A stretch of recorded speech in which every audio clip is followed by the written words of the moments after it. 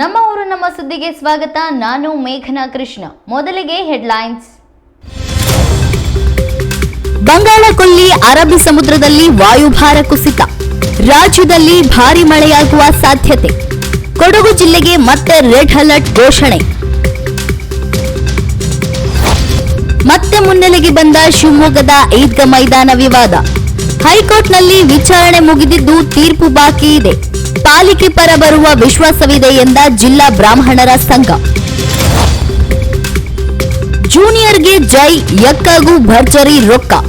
ಎರಡೂ ಚಿತ್ರಗಳಿಗೂ ಪ್ರೇಕ್ಷಕ ಪ್ರಭು ಫುಲ್ ಫಿದಾ. ಹೇಗಿತ್ತು ಮೊದಲ ದಿನ ಪ್ರೇಕ್ಷಕರ ರೆಸ್ಪಾನ್ಸ್?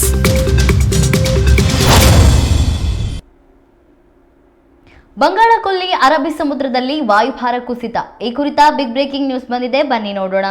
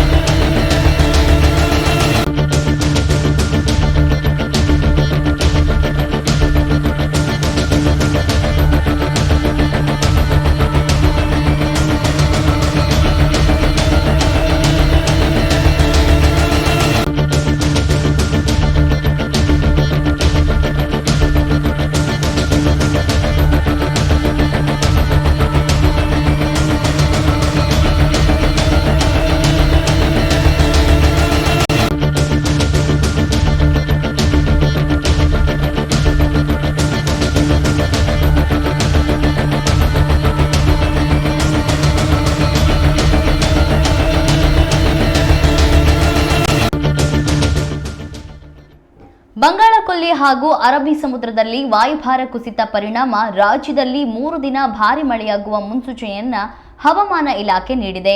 ಭಾರಿ ಮಳೆ ಹಿನ್ನೆಲೆ ಕರಾವಳಿ, ಒಳನಾಡು ಸೇರಿ 7 ಜಿಲ್ಲೆಗಳಿಗೆ ಆರೆಂಜ್ ಅಲರ್ಟ್ ಘೋಷಣೆ ಮಾಡಲಾಗಿದೆ. ಕರಾವಳಿಯ ಉಡುಪಿ, ಉತ್ತರ ಕನ್ನಡ, ದಕ್ಷಿಣ ಕನ್ನಡ ಜಿಲ್ಲೆಗಳಲ್ಲಿ ಬಿರುಗಾಳಿ ಸಹಿತ ಭಾರಿ ಮಳೆಯ ಎಚ್ಚರಿಕೆ ನೀಡಿದೆ.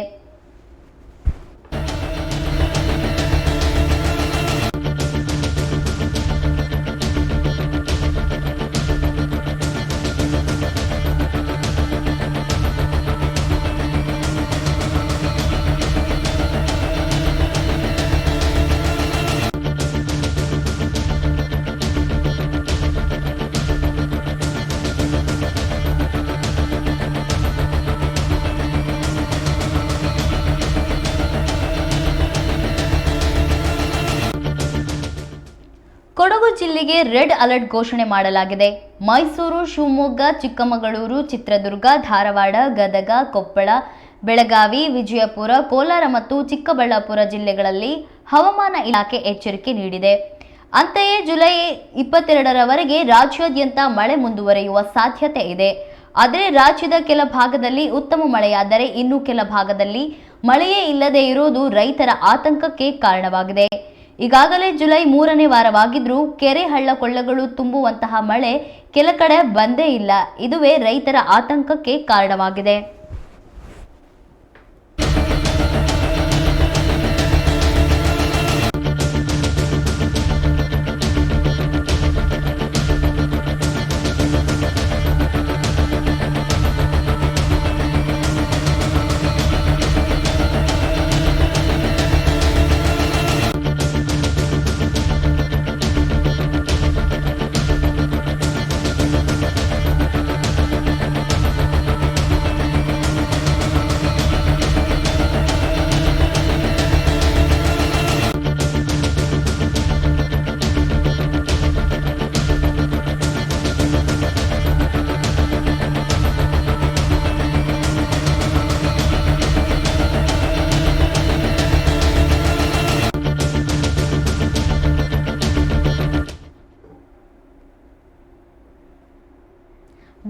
ಮಹಿಳೆಯರ ಕೊಲೆ ಮತ್ತು ಅತ್ಯಾಚಾರ ಪ್ರಕರಣಗಳು ಸಖತ್ತು ಸತ್ ಮಾಡ್ತಾ ಇವೆ.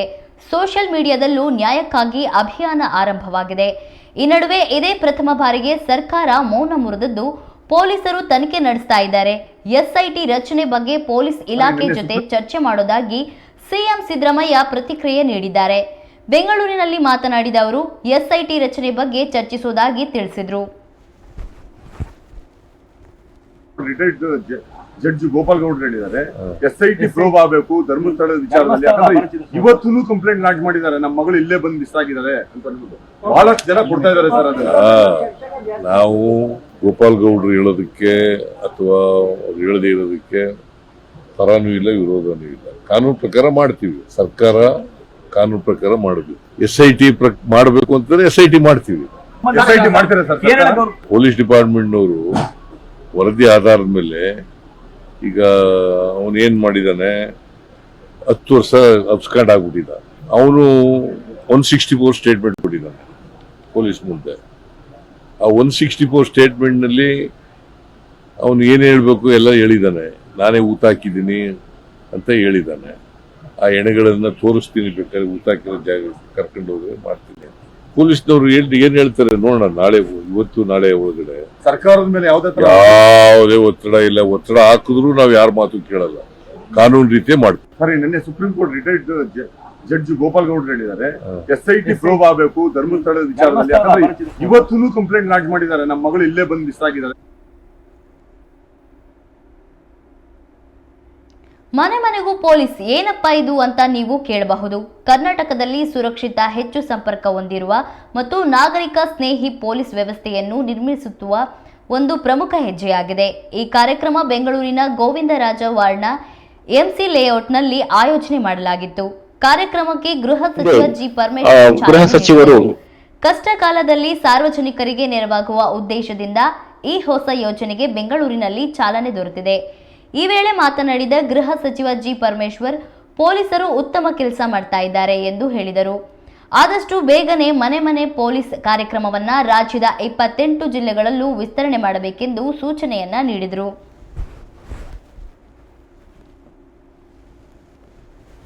ಬಳ್ಳಾರಿ ಬೇಡ, ಬಳ್ಳಾರಿ ಆಮೇಲೆ ಬರ್ತೀನಮ್ಮ ಸರ್. ಆಯ್ತು, ನೀವೇ ಬಂದ್ರಲ್ಲ ಅರುಣ್ ಹೇಳಿಯಪ್ಪ, ಏನಾಗ್ತಾ ಇದೆ? ಈ ಪ್ರೋಗ್ರಾಮ್ ಪ್ರಾರಂಭ ಮಾಡಿದ್ರ? ಎಸ್ ಸರ್, ಶುರು ಮಾಡಿದೀವಿ ಸರ್. ಪಾಸಿಟಿವ್ ರೆಸ್ಪಾನ್ಸ್ ಅದು ಕಡೆಯಿಂದ ಬಂದಿದೆ ಸರ್. ಇನಿಷಿಯಲಿ ಬರೀ ಪೊಲೀಸ್ನವರು ಕಾನ್ಸ್ಟೇಬಲ್ಸ್ ಜೊತೆ ಮಾತ್ರ ಟಚ್ ನಲ್ಲಿ ಇದ್ರು ಸರ್. ಮತ್ತು ಎಲ್ಲ ಅಡಿಷನಲ್ CPಗಳು, ಜಾಯಿಂಟ್ CPಗಳು ಮತ್ತು ಎಲ್ಲ ಅಧಿಕಾರಿಗಳು ಕಾಂಗ್ರೆಸ್ಸಿನ ಕಾರ್ಯಕ್ರಮಗಳ ಬಗ್ಗೆ ಅವರು ಪರಿಚಯ ಮಾಡಿದ್ರು.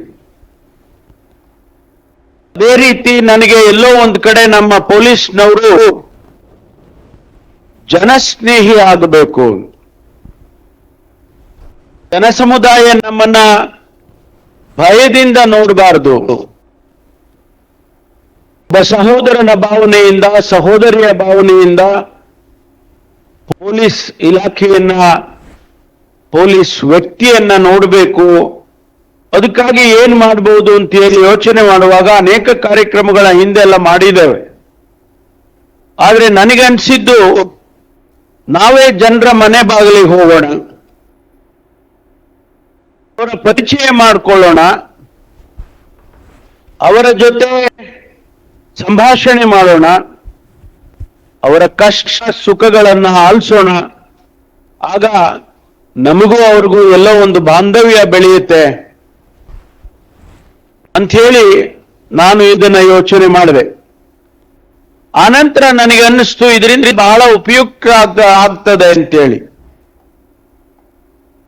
ಪ್ರತಿ ಪೊಲೀಸ್ ಸ್ಟೇಷನ್ ಲಿಮಿಟ್ ನಲ್ಲಿ ನಮ್ಮವರು ಪ್ರತಿನಿತ್ಯ ಬೀಟ್ ಹೋಗ್ತಾರೆ. ಆ ಬೀಟ್ ಹೋಗುವಾಗ ಯಾವ ಮನೆಯಲ್ಲಿ ಯಾರಿದ್ದಾರೆ, ಯಾವ ಮನೆಗೆ ಯಾರು ಬಾಡಿಗೆ ಬಂದಿದ್ದಾರೆ, ಹೊಸದಾಗಿ ಬಂದಿದ್ದಾರಾ ಅಥವಾ ಬಹಳ ವರ್ಷಗಳಿಂದ ಇದ್ದಾರಾ, ಅವ್ರೇನ್ ಭಾಷೆ ಮಾತಾಡ್ತಾರೆ, ಅವ್ರು ಏನ್ ಕೆಲಸ ಮಾಡ್ತಾರೆ, ಅವ್ರ ಮನೆಯಲ್ಲಿ ಎಷ್ಟು ಜನ ಇದ್ದಾರೆ, ಅವರೆಲ್ಲ ಏನ್ ಕೆಲಸ ಮಾಡ್ತಾರೆ, ಈ ರೀತಿ ಮಾಹಿತಿಗಳನ್ನ 478 ಬೇಡ್ಸ್ 20 ಲಕ್ಷ ಜನ ಇದೆ. ಪ್ರತಿಯೊಬ್ಬ ಸಿಬ್ಬಂದಿಗೂ 400ರಿಂದ 500 ಜನರು ಬರ್ತಾರೆ. ಪ್ರಚಾರ ಕಾರ್ಯವನ್ನು ಮಾಡ್ತಾ ಇದ್ದೀವಿ ಎಂದು ಶಿವಮೊಗ್ಗದ ಎಸ್ಪಿ ಮಿಥುನ್ ಕುಮಾರ್ ಅವರು ಗೃಹ ಸಚಿವರಿಗೆ ಮಾಹಿತಿ ನೀಡಿದರು. ಸಾಕಷ್ಟು ಸೈಬರ್ ಕ್ರೈಮ್ ಸಹ ನಡೀತಾ ಇದ್ದು ಜಾಗೃತಿ ಮೂಡಿಸುವ ಕಾರ್ಯ ನಡೀತಾ ಇದೆ ಎಂದು ಹೇಳಿದರು. ವರ್ಚುವಲ್ ಮೂಲಕ ಗೃಹ ಸಚಿವ ಜಿ ಪರಮೇಶ್ವರ್ ಅವರು ಈ ಮಾಹಿತಿಯನ್ನ ಪಡೆದುಕೊಂಡರು. ಒಂದೊಂದು ಎರಡೆರಡು ಕ್ಲಸ್ಟರ್ಸ್ ಈಗಾಗಲೇ ಗುರುತು ಮಾಡಿ ಅಲ್ಲಿ ಹೋಗ್ತಾ ಇದಾರೆ ಸರ್ ಜನ. ಸಾರ್ವಜನಿಕರು ಇನಿಷಿಯಲಿ ಸ್ವಲ್ಪ ಅಂಜಿಕೆ ಇತ್ತು ಸರ್, ಅವ್ರಿಗೆ ಯಾರು ಬರ್ತಾರೆ ಏನು ಎತ್ತ ಅಂತದ್ದು. ಬಟ್ ಈಗ ಸ್ವಲ್ಪ ಕಾನ್ಫಿಡೆನ್ಸ್ ತುಂಬಾ ಚೆನ್ನಾಗಿ ಬರ್ತಾ ಇದೆ ಸರ್. ನಾವು ಕಾರ್ಪೊರೇಷನ್ ಅವ್ರನ್ನ ಮತ್ತೆ ಪಂಚಾಯತ್ ಅವ್ರದ್ದು ಕೂಡ ಅವ್ರದ್ದು ಏನು ಈ ಬೆಳಗ್ಗೆ ಈ ವೆಹಿಕಲ್ಸ್ ಗಳೆಲ್ಲ ಹೋಗ್ತಾವಲ್ಲ ಸರ್, ಅದಕ್ಕೂ ಸ್ವಲ್ಪ ಅಡ್ವರ್ಟೈಸ್ಮೆಂಟ್ಸ್ ಮಾಡ್ತಾ ಇದೀವಿ ಸರ್. ಮತ್ತೆ ನಮ್ಮ ವಾಟ್ಸ್ಆಪ್ ಗ್ರೂಪ್ ನಲ್ಲೂ ಹಾಕ್ತಾ ಇದ್ರಿಂದ ತುಂಬಾ ಪಾಸಿಟಿವ್ ಆಗಿ ಬರ್ತಾ ಇದೆ ಸರ್. ನಾನು ಕೆಲವು ಗ್ರೂಪ್ಸ್ ನಲ್ಲಿ ಇದೀನಿ ಸರ್. ಅವರೇ ಹೇಳ್ತಿದ್ದಾರೆ ಸರ್, ಎಸ್ಪೆಷಲಿ ಸರ್ ಈ women and child related loss ಮತ್ತೆ ಈ ಸೈಬರ್ ಕ್ರೈಮ್ ಸರ್, ಇದು ಆಲ್ಮೋಸ್ಟ್ ಎಲ್ಲರ ಮನೆಯಲ್ಲೂ ಕೂಡ ಅವೇರ್ನೆಸ್ ಮಾಡೋದ್ರಿಂದ ಸಾಕಷ್ಟು ನಮಗೂ ಕೂಡ ಅನುಕೂಲ ಆಗುತ್ತೆ ಸರ್ ಇದರಿಂದ. Very good, very good, thank you, thank you. Ballari ವಾರದಿಂದ ನಾವು ಇದನ್ನ ಜಾರಿ ಮಾಡ್ತಾ ಇದೀವಿ ಸರ್. ತುಂಬಾ ಒಳ್ಳೆ ರೆಸ್ಪಾನ್ಸ್ ಬಂದಿದೆ ಸರ್. ನಮ್ಮಲ್ಲಿ ಒಟ್ಟು 478 ಬೀಟ್ಸ್ ಗಳಿದಾವೆ ಸರ್. ಒಂದು 20 ಲಕ್ಷ ಪಾಪ್ಯುಲೇಷನ್ ಆಗುತ್ತೆ ಸರ್. ಪ್ರತಿಯೊಬ್ಬ ಸಿಬ್ಬಂದಿಗೂ 400ರಿಂದ 500 ಮನೆಗಳು ಬರ್ತವೆ ಸರ್. ಈಗಾಗಲೇ ಪ್ರತಿ ಪೊಲೀಸ್ ಠಾಣಾ ವ್ಯಾಪ್ತಿಯಲ್ಲೂ ಒಂದೊಂದು ಎರಡೆರಡು ಕ್ಲಸ್ಟರ್ಸ್ ಈಗಾಗಲೇ ಗುರುತು ಮಾಡಿ ಅಲ್ಲಿ ಹೋಗ್ತಾ ಇದಾರೆ ಸರ್ ಜನ. ಸಾರ್ವಜನಿಕರು ಇನಿಷಿಯಲಿ ಸ್ವಲ್ಪ ಅಂಜಿಕೆ ಇತ್ತು ಸರ್, ಅವ್ರಿಗೆ ಯಾರು ಬರ್ತಾರೆ ಏನು ಎತ್ತ ಅಂತದ್ದು. ಬಟ್ ಈಗ ಸ್ವಲ್ಪ ಕಾನ್ಫಿಡೆನ್ಸ್ ತುಂಬಾ ಚೆನ್ನಾಗಿ ಬರ್ತಾ ಇದೆ ಸರ್.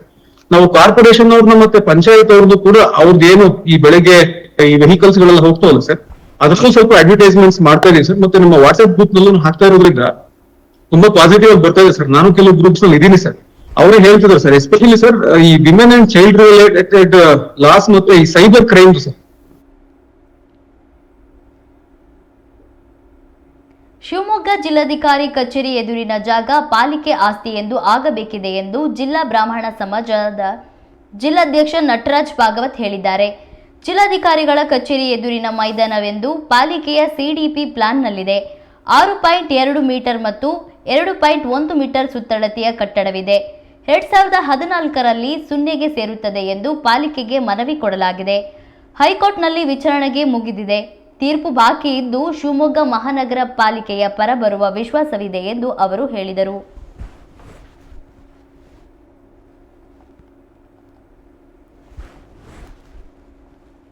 ಶಿವಮೊಗ್ಗ ನಗರದ ಜಿಲ್ಲಾಧಿಕಾರಿಗಳ ಎದುರುಗಡೆ ಇರುವಂತಹ ಒಂದು ಸರ್ಕಾರಿ ಜಾಗ. ಅನೇಕ ವರ್ಷಗಳ ಕಾಲ ಅದನ್ನು ಆಟದ ಮೈದಾನ ಅಂಥೇಳಿ ಎಲ್ಲರೂ ಬಳಸ್ತಾ ಇದ್ದಂಥದ್ದು. ಹಾಗೂ ನಗರಾಭಿವೃದ್ಧಿ ಪ್ರಾಧಿಕಾರದ CDP ಪ್ಲಾನ್ನಲ್ಲೂ ಸಹ ಅದೊಂದು ಆಟದ ಮೈದಾನ ಅಂಥೇಳಿ ಘೋಷಣೆಯಾಗಿ ಅನೇಕ ದಶಕಗಳೇ ಕಳೆದಿದೆ. ಅಂತಹ ಒಂದು ಜಾಗದ ಬಗ್ಗೆ ಅನೇಕ ವರ್ಷಗಳಿಂದ ಕಾನೂನಿನ ಹೋರಾಟಗಳು ನಡೀತಾ ಇತ್ತು. ಅಲ್ಲಿಯವರೆಗೆ ಅದೊಂದು ಖಾಲಿ ಜಾಗ, ಅದರೊಳಗೆ 6.2 ಮೀಟ್ರು ಮತ್ತು 1.2 ಮೀಟ್ರು ಅಳತೆಯ ಒಂದು ಸ್ಮಾರಕ ಇದೆ, ಒಂದು ಧಾರ್ಮಿಕ ಚಿಹ್ನೆ ಇದೆ ಅಂಥೇಳಿ ಮಾತ್ರ ಗುರುತು ಮಾಡಿ, ಉಳಿದಂತೆ ಅದು ನಗರಸಭೆಯ ಆಸ್ತಿ ಅನ್ನೋ ಥರದಲ್ಲಿ ಸಾರ್ವಜನಿಕ ಆಸ್ತಿ ಅಂಥೇಳಿ ಇಲ್ಲಿ ತನಕ ನಡ್ಕೊಂಡ್ಬಂದಿತ್ತು. ಆದರೆ 2017ನೇ ಇಸ್ವಿನಲ್ಲಿ ಶಿವಮೊಗ್ಗ ವಕ್ಫ್ ಬೋರ್ಡ್ನವರು ಒಂದು ಅಪ್ಲಿಕೇಶನನ್ನು ಕೊಡ್ತಾರೆ. ಆ ಅಪ್ಲಿಕೇಶನ್ ಪ್ರಕಾರ ಫಾರಂ ನಂಬರ್ 3 ಒಳಗೆ ಅಪ್ಲಿಕೇಶನನ್ನು ಕೊಟ್ಟು ಇದು ಸುನ್ನಿ ವಕ್ಫ್ ಬೋರ್ಡ್ ಖಾತೆಗೆ ಸೇರಬೇಕಾಗಿರುವಂಥದ್ದು, ಹಾಗಾಗಿ ಸುನ್ನಿ ವಕ್ಫ್ ಬೋರ್ಡ್ ಅಂಥೇಳಿ ಇದನ್ನು ಖಾತೆಯನ್ನು ಮಾಡಿಕೊಡಿ ಅಂಥೇಳಿ ನಗರ ಪಾಲಿಕೆಗೆ ಮನವಿಯನ್ನು ಕೊಡ್ತಾರೆ. ಈ ಮನವಿಯನ್ನು ಕೊಟ್ಟಾಗ ಅವರು ಅದರ ಅಳತೆಯನ್ನು ಬರೀತಾರೆ. ಅಲ್ಲಿ ಸುಮಾರು ಹತ್ತತ್ರ 39,000 ಅಡಿ ಅಳತೆ ಇರುವಂತಹ ಒಂದು ಮೆಷರ್ಮೆಂಟನ್ನು ಅವರು ಕೊಡ್ತಾರೆ.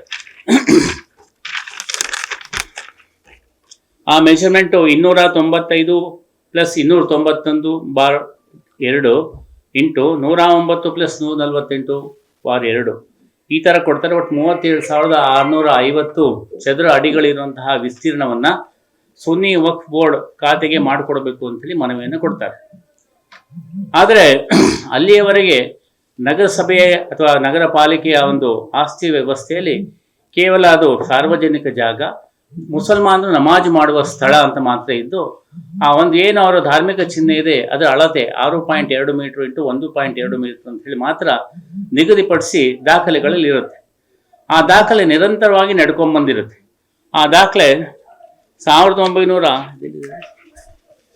1974ನೇ ಇಸ್ವಿನಲ್ಲಿ ಇವತ್ತು ಇವರೇನು ಹೇಳ್ತಾ ಇದ್ದಾರೆ 295 + 291/2 ಇಂಟು 109 + 148/2 ಈ ದಾಖಲೆಯನ್ನ 1974ನೇ ಇಸ್ವಿನಲ್ಲಿ ಎಂಟರ್ ಆಗುತ್ತೆ. ಅದಕ್ಕೆ ಮುಂಚೆನೂ ಸಹ ಯಾವುದೇ ಅಳತೆ ಇರಲಿಲ್ಲ. ಅದರ ನಂತರದಲ್ಲಿ ಈ ಅಳತೆ ಕಂಟಿನ್ಯೂ ಆಗೋದಿಲ್ಲ. 295 + 291/2 109 + 148/2 ನಗರ ಪಾಲಿಕೆ ಆಸ್ತಿ ವ್ಯವಸ್ಥೆಯಲ್ಲಿ ಹೇಗಿರುತ್ತೆ ಅಂದರೆ, ಒಂದು ಸತಿ ಅಳತೆಯನ್ನು ಮೆನ್ಷನ್ ಮಾಡಿದ್ರೆ ಆ ಅಳತೆ ಸದಾ ಮುಂದುವರಿಬೇಕು ಹೊರತು ಮಧ್ಯದಲ್ಲಿ ಕಟ್ಟಾಗ್ಲಿಕ್ಕೆ ಸಾಧ್ಯ ಇಲ್ಲ. ಕೇವಲ ಒಂದೇ ಒಂದು ಅಸೆಸ್ಮೆಂಟ್ ಇಯರ್ನಲ್ಲಿ ಈ ಅಳತೆ ಇದೆ, ಅದು ನಂತರದಲ್ಲಿ ಯಾವುದೇ ಇಲ್ಲ, ಅದಕ್ಕಿಂತ ಹಿಂದೆಯೂ ಸಹ ಯಾವುದೇ ಅಳತೆ ಇಲ್ಲ. ಹಾಗಾಗಿ ಈ ಅಳತೆ ಆಧಾರದ ಮೇಲೆ ನಮಗೆ ಮಾಡಿಕೊಡ್ಬೇಕು ಅಂತ ಹೇಳಿದಾಗ ನಗರ ಪಾಲಿಕೆಯಲ್ಲೂ ಸಹ ಇದ್ರ ಬಗ್ಗೆ ಸಾಕಷ್ಟು ಚರ್ಚೆಗಳು ನಡೆದಿದೆ. ನಗರ ಪಾಲಿಕೆ ಆಯುಕ್ತರು ಇದಕ್ಕೆ ಯಾವುದೇ ಮೂಲ ದಾಖಲೆ ಇಲ್ಲದೆ ಇದನ್ನು ನೋಂದಣಿ ಮಾಡ್ಲಿಕ್ಕೆ ಬರೋಲ್ಲ, ಖಾತೆ ಮಾಡ್ಲಿಕ್ಕೆ ಬರೋಲ್ಲ ಅಂತೇಳಿ ಹೇಳ್ತಾರೆ. ಆದರೆ ಜಿಲ್ಲಾಧಿಕಾರಿಗಳ ಕಚೇರಿಯಿಂದ ಸತತವಾಗಿ ಇದನ್ನು ಇಂಡೀಕರಣಗೊಳಿಸಬೇಕು, ಇದನ್ನು ಸುನ್ನಿ ವಕ್ಫ್ ಬೋರ್ಡ್ ಹೆಸರಿಗೆ ಮಾಡಬೇಕು ಅಂತ ಹೇಳಿ ಬಹಳ ಒತ್ತಡವನ್ನು ಜಿಲ್ಲಾಧಿಕಾರಿಗಳ ಕಚೇರಿಯಿಂದ ಬರುತ್ತೆ. ಆವಾಗ ಇವರು ಅನೇಕ ಅಭಿಪ್ರಾಯಗಳನ್ನೆಲ್ಲ ತೆಗೆದುಕೊಳ್ತಾರೆ, ಸರ್ವೆಗಳನ್ನೆಲ್ಲ ಮಾಡ್ತಾರೆ. ಹಾಗೂ ನಗರಸಭಾ ಕಾನೂನು ಸಲಹೆಗಾರರು ಅವರ ಒಂದು ಅಭಿಪ್ರಾಯವನ್ನು ತೆಗೆದುಕೊಂಡು ಇದು ಸರ್ಕಾರಿ ಆಸ್ತಿ, 1965ರ ಗೆಜೆಟ್ ನೋಟಿಫಿಕೇಶನಲ್ಲಿ ಮೈಸೂರು ರಾಜ್ಯದಲ್ಲಿ ಈ ಆಸ್ತಿಯನ್ನು ಸುನ್ನಿ ವಕ್ಫ್ ಬೋರ್ಡ್ ಅಂತ ಹೇಳಿ ನಿಗದಿ ಮಾಡಿರ್ತಾರೆ. ಅಂದರೆ ಮತ್ತು ಅವರ ಕಚೇರಿಯಲ್ಲಿರುವಂತಹ ಬೇರೆ ಬೇರೆ ವಿಭಾಗದ ಒಂದು ವರದಿ ಆಧಾರದ ಮೇಲೆ ನಾವು ಮಾಡಿಕೊಟ್ಟಿದ್ದೀವಿ ಅಂತ ನಗರ ಪಾಲಿಕೆಯವರು ಹೇಳ್ತಾ ಇದ್ದಾರೆ. ಅಂದರೆ ಇವರು ಅವರಿಗೆ ಇನ್ನೂ ಸಹ ಕನ್ವಿನ್ಸ್ ಆಗಿಲ್ಲ ನಗರ ಪಾಲಿಕೆಗೆ ಇದು ಒಂದು ವಕ್ಫ್ ಆಸ್ತಿ ಅನ್ನೋದು. ಆದರೆ ಮೇಲ್ಗಡೆಯ ಒತ್ತಡದ ಕಾರಣಕ್ಕಾಗಿ ಇವರು ಈ ರೀತಿ ಇಂಡೀಕರಿಸ್ಬಿಟ್ಟು ಕೊಟ್ಟಿದ್ದಾರೆ. ಈಗ ಯಾವುದೇ ಡಾಕ್ಯುಮೆಂಟಲ್ಲೂ ಅವರು ಅದಿಷ್ಟು ಸುದೀರ್ಘವಾಗಿರುವಂತಹ ಶರವನ್ನು ಬರೆದು ಇದು ಈ ರೀತಿಯ ಬೇರೆ ಬೇರೆ ಕಾರಣಕ್ಕಾಗಿ ನಾವು ಮಾಡಿಕೊಟ್ಟಿದ್ದೀವಿ ಅನ್ನೋ ರೀತಿಯಲ್ಲಿ ಅವ್ರ ಮನವಿಯನ್ನು ಬಲಿತಾರೆ. ಈ ರೀತಿ ಒಂದು ಆರ್ಡರ್ ಮಾಡಿದಂತಹ ಸಂದರ್ಭದಲ್ಲಿ 2019ನೇ ಇಸ್ವಿನಲ್ಲಿ ನಾವು ಈ ಆರ್ಡರ್ ವಿರುದ್ಧ ನಗರ ಕಮಿಷನರಿಗೆ, ನಗರ ಪಾಲಿಕಾ ಆಯುಕ್ತರಿಗೆ ಸೆಕ್ಷನ್ 114(a) ಒಳಗೆ ಇದನ್ನು ಪುನರ್ ಪರಿಶೀಲನೆ ಮಾಡಬೇಕು ಅಂತ ಹೇಳಿ ಮನವಿಯನ್ನು ಕೊಡ್ತೀವಿ. ನಗರ ಪಾಲಿಕಾ ಆಯುಕ್ತರಿಗೆ ಇದೊಂದು ಅಧಿಕಾರ.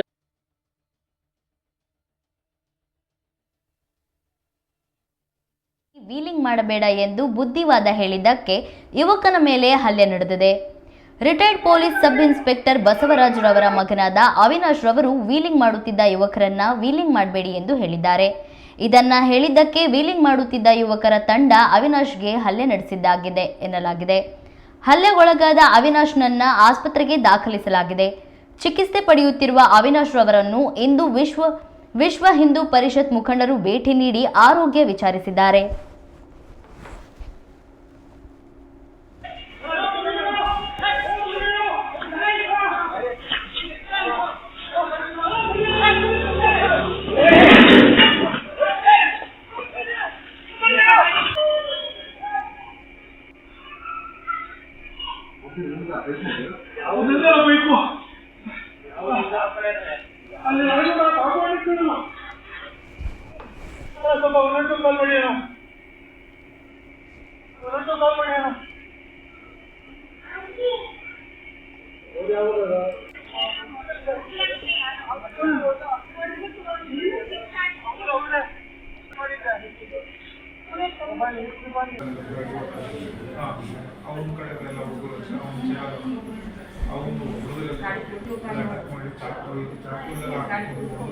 ಆಮೇಲೆ ಇನ್ನೊಂದು ಮತ್ತೆ ಹೊಡೆಕೊಂಡು ಕೈ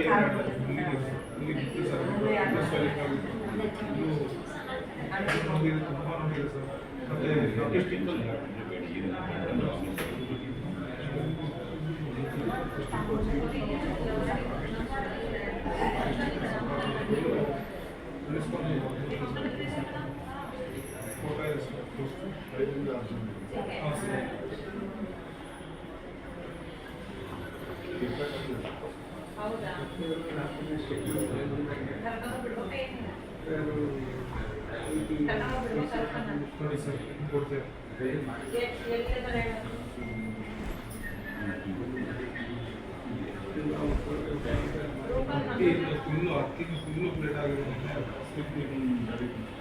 ವೇತನ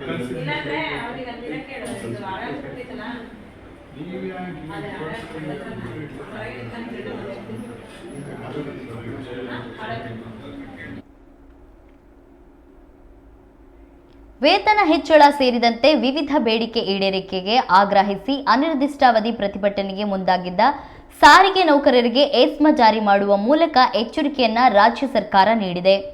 ಕೆಎಸ್ಆರ್ಟಿಸಿ ಸಾರಿಗೆ ನೌಕರರು ಪ್ರತಿಭಟನೆ ನಡೆಸದಂತೆ ಏಸ್ಮಾ ಜಾರಿಗೆ ಮಾಡಲಾಗಿದ್ದು, ಮುಂದಿನ 6 ತಿಂಗಳು ಏಸ್ಮಾ ಜಾರಿ ಇರುವ ಹಿನ್ನೆಲೆಯಲ್ಲಿ ಯಾವುದೇ ರೀತಿಯ ಮುಷ್ಕರವನ್ನ ನಿಷೇಧಿಸಲಾಗಿದೆ.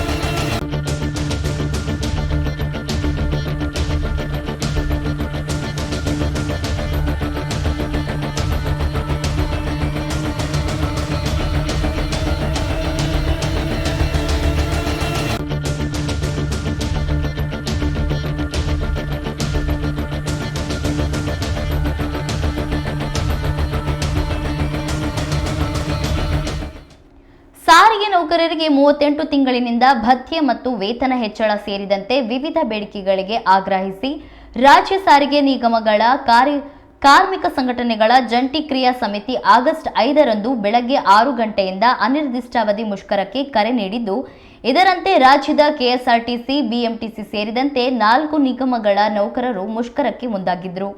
ಆದರೆ ಈಗ ಸರ್ಕಾರ ಏಸ್ಮಾ ಪ್ರಯೋಗ ಮಾಡಿದ್ದು ಸಾರಿಗೆ ನೌಕರರಿಗೆ ಸಂಕಷ್ಟ ತಂದೊಡ್ಡಿದೆ.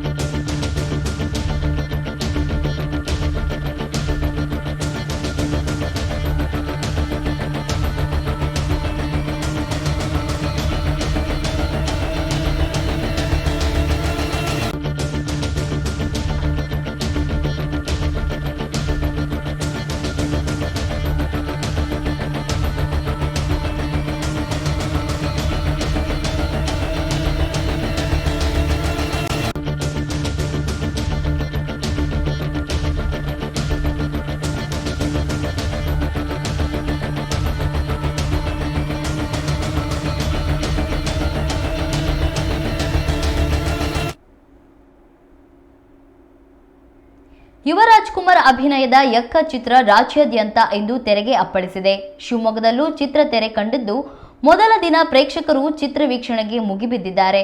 ಚಿತ್ರದ ಬಗ್ಗೆ ಉತ್ತಮ ಪ್ರತಿಕ್ರಿಯೆ ನೀಡಿದ್ದಾರೆ. ಶಿವಮೊಗ್ಗದ ಹಲವು ಚಿತ್ರಮಂದಿರಗಳಲ್ಲಿ ಪ್ರದರ್ಶನವಾಗುತ್ತಿದ್ದು, ಯುವರಾಜ್ ಕುಮಾರ್ನ ಚಿತ್ರ ನೋಡಲು ಮುಗಿಬಿದ್ದಿದ್ದಾರೆ. ಇನ್ನು ಚಿತ್ರ ವೀಕ್ಷಣೆಯ ಬಳಿಕ ಪ್ರೇಕ್ಷಕರ ಪ್ರತಿಕ್ರಿಯೆ ಹೇಗಿತ್ತು ಬನ್ನಿ ನೋಡೋಣ.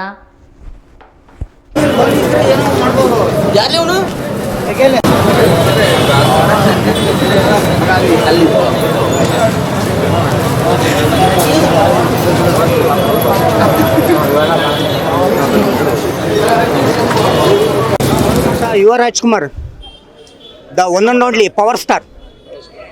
That is power star on the way. Yuvraj Kumar. ಕರ್ನಾಟಕದ ಮಾತ್ರ ಬೇಕು ನನಗೆ. ಮುತ್ತು is coming now. Everybody is coming now. ಮುತ್ತು.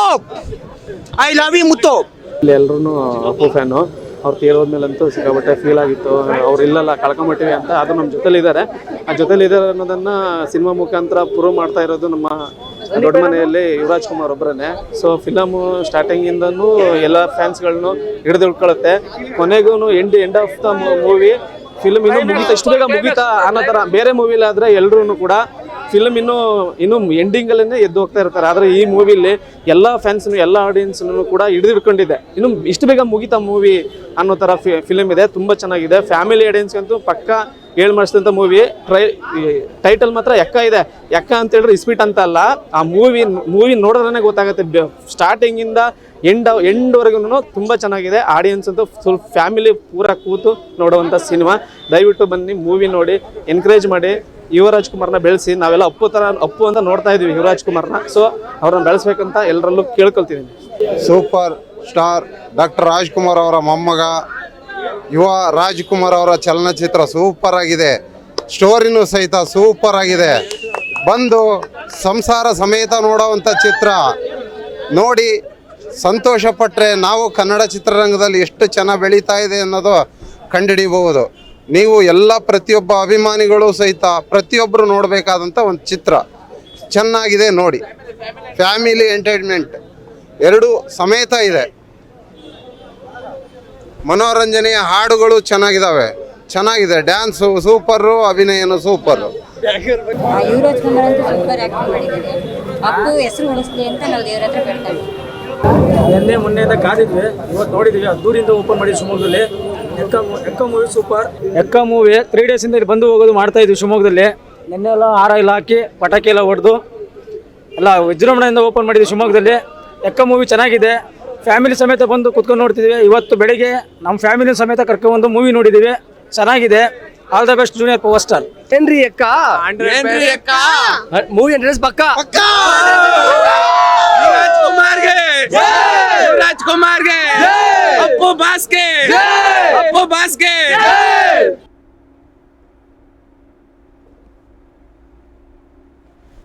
ಯುವ ರಾಜ್ಕುಮಾರ್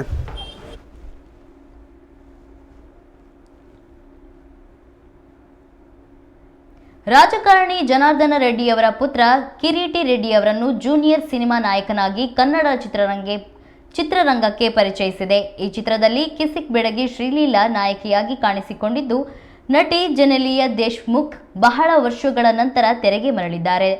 ರಾಧಾಕೃಷ್ಣ ರೆಡ್ಡಿ ಕತೆ ಬರೆದು ನಿರ್ದೇಶನ ಮಾಡಿದ ಈ ಚಿತ್ರಕ್ಕೆ ದೇವಿ ಶ್ರೀ ಪ್ರಸಾದ್ ಸಂಗೀತ ಸಂಯೋಜನೆ ಮಾಡಿದ್ದಾರೆ. ಕ್ರೇಜಿ ಸ್ಟಾರ್ ರವಿಚಂದ್ರನ್ ಸಹ ಚಿತ್ರದಲ್ಲಿ ಇದ್ದು, ಶಿವಮೊಗ್ಗದಲ್ಲೂ ಈ ಚಿತ್ರ ಇಂದು ತೆರೆಗೆ ಕಂಡಿದೆ. ಪ್ರೇಕ್ಷಕರು ಉತ್ತಮ ಪ್ರತಿಕ್ರಿಯೆಯನ್ನ ನೀಡಿದ್ದಾರೆ. ಮತ್ತೆ ತುಂಬ ಜನ ಬಂದು ನೋಡ್ತಾವ್ರೆ. ಹೀಗೆ ಬಂದು ನೋಡಲಿ ಅಂತ ಆಲ್ ದ ಬೆಸ್ಟ್ ಹೇಳ್ತೀನಿ. ಚೆನ್ನಾಗಿತ್ತು, ಹಾಡು ಚೆನ್ನಾಗಿತ್ತು, ಆಮೇಲೆ ಡ್ಯಾನ್ಸ್ ಪರವಾಗಿಲ್ಲ, ಹೊಸ ಆ್ಯಕ್ಟ್ರೆಸ್ಸು ಚೆನ್ನಾಗಿ ಮಾಡಿದ್ದಾರೆ, ಪರವಾಗಿಲ್ಲ. ಇವರು ಸೂಪರಾಗಿ ಮಾಡ್ಯಾರ ರವಿಚಂದ್ರನ್ ಅವರು. ಆಮೇಲೆ ಆ್ಯಕ್ಟಿಂಗ್ ಚೆನ್ನಾಗಿದೆ, ಒಳ್ಳೆ ಇದು ಜೋಶ್ ಚೆನ್ನಾಗಿದೆ, ಫೈಟಿಂಗ್ ಚೆನ್ನಾಗಿದೆ. ಆಮೇಲೆ ಡ್ಯಾನ್ಸು ಆ ಹುಡುಗ ಹುಡುಗಿ ಲಾಸ್ಟ್ ಸಾಂಗ್ ಇದೆಯಲ್ಲ ಸಕ್ಕತ್ತಿದೆ ಸಾಂಗ್. ಒಳ್ಳೆ ಡ್ಯಾನ್ಸು, ಕಾಲಲ್ಲಿ ನಡೆಸೋದು ಸೂಪರ್ ಇದೆ ಸರ್. ಅಕ್ಕ ತಂಗಿ ಸೆಂಟಿಮೆಂಟು ಚೆನ್ನಾಗಿದೆ ಫಿಲಮು. ನೋಡ್ಬೋದು, ಬಂದು ನೋಡ್ಬೋದು. ಕ್ಲಾರಿಟಿ ಸೂಪರ್ ಆಗಿದೆ, ಎಲ್ಲ ಬಂದು ನೋಡ್ಬೋದು, ಬೇಜಾರೇನಾಗಲ್ಲ. ಹೀರೋ ಆ್ಯಕ್ಟಿಂಗ್ ಬಗ್ಗೆ ಅದೇ ಚೆನ್ನಾಗಿದೆ. ಅದೇ ಹೀರೋಯಿನ್ನೇ ಸ್ವಲ್ಪ ಕಾಣಿಸ್ತಿಲ್ಲ, ಇರಬೇಕಾಗಿತ್ತು, ಸ್ವಲ್ಪ ಬೇಕಿತ್ತು ಹೀರೋಯಿನ್ನು. ಬರೀ ಸಾಂಗಲ್ಲಿದ್ದಾರೆ ಮತ್ತು ಸ್ವಲ್ಪ ಇದರಲ್ಲಿದ್ದಾರೆ ಅಷ್ಟೇ. ಒಟ್ಟು ಚೆನ್ನಾಗಿದೆ ಫಿಲಮು. ತುಂಬ ಇಷ್ಟ ಆಯ್ತು ನಮಗೆ. ನಿಜವಾಗ್ಲೂ ಅವರು ಒಳ್ಳೆ ಹಳಬರು ಮಾಡಿದಂಗೆ ಮಾಡಿದ್ದಾರೆ ಆ್ಯಕ್ಟಿಂಗ್ ಮಾತ್ರ. ತುಂಬ ತುಂಬ ತುಂಬ ಇಷ್ಟ ಆಯ್ತು ನಮಗೆ. ನಾವು ಸಾಗರದಿಂದ ಇಲ್ಲಿ ಬಂದೀವಿ, 4 ಜನ ಬಂದಿದ್ದೀವಿ ನೋಡೋಕ್ಕಂತ. ತುಂಬ ಇಷ್ಟ ಆಯ್ತು. ಇಷ್ಟೊಂದು ಹೇಳಿ ಸರ್, ತುಂಬ ಚೆನ್ನಾಗಿದೆ, ತುಂಬ ಸೆಂಟಿಮೆಂಟ್ ಮೂವಿ. ಯಾವ ಫಿಲಮಿಗೆ ಗೊತ್ತಿಲ್ಲ, ಈ ಫಿಲಮಿಗೆ ಕಣ್ಣಂದು ಇರ್ತೀವಿ. ತುಂಬ ಸೆಂಟಿಮೆಂಟ್ ಮೂವಿ, ತುಂಬ ಸೂಪರ್ ಇದೆ. Ravichandran acting, hero acting super, fantastic movie. Okay sir, first film ಆಗಿದ್ರು ತುಂಬ ಚೆನ್ನಾಗಿ ಮಾಡಿದ್ದಾರೆ. ಅಲ್ಟಿ ಫಿಲಮ್.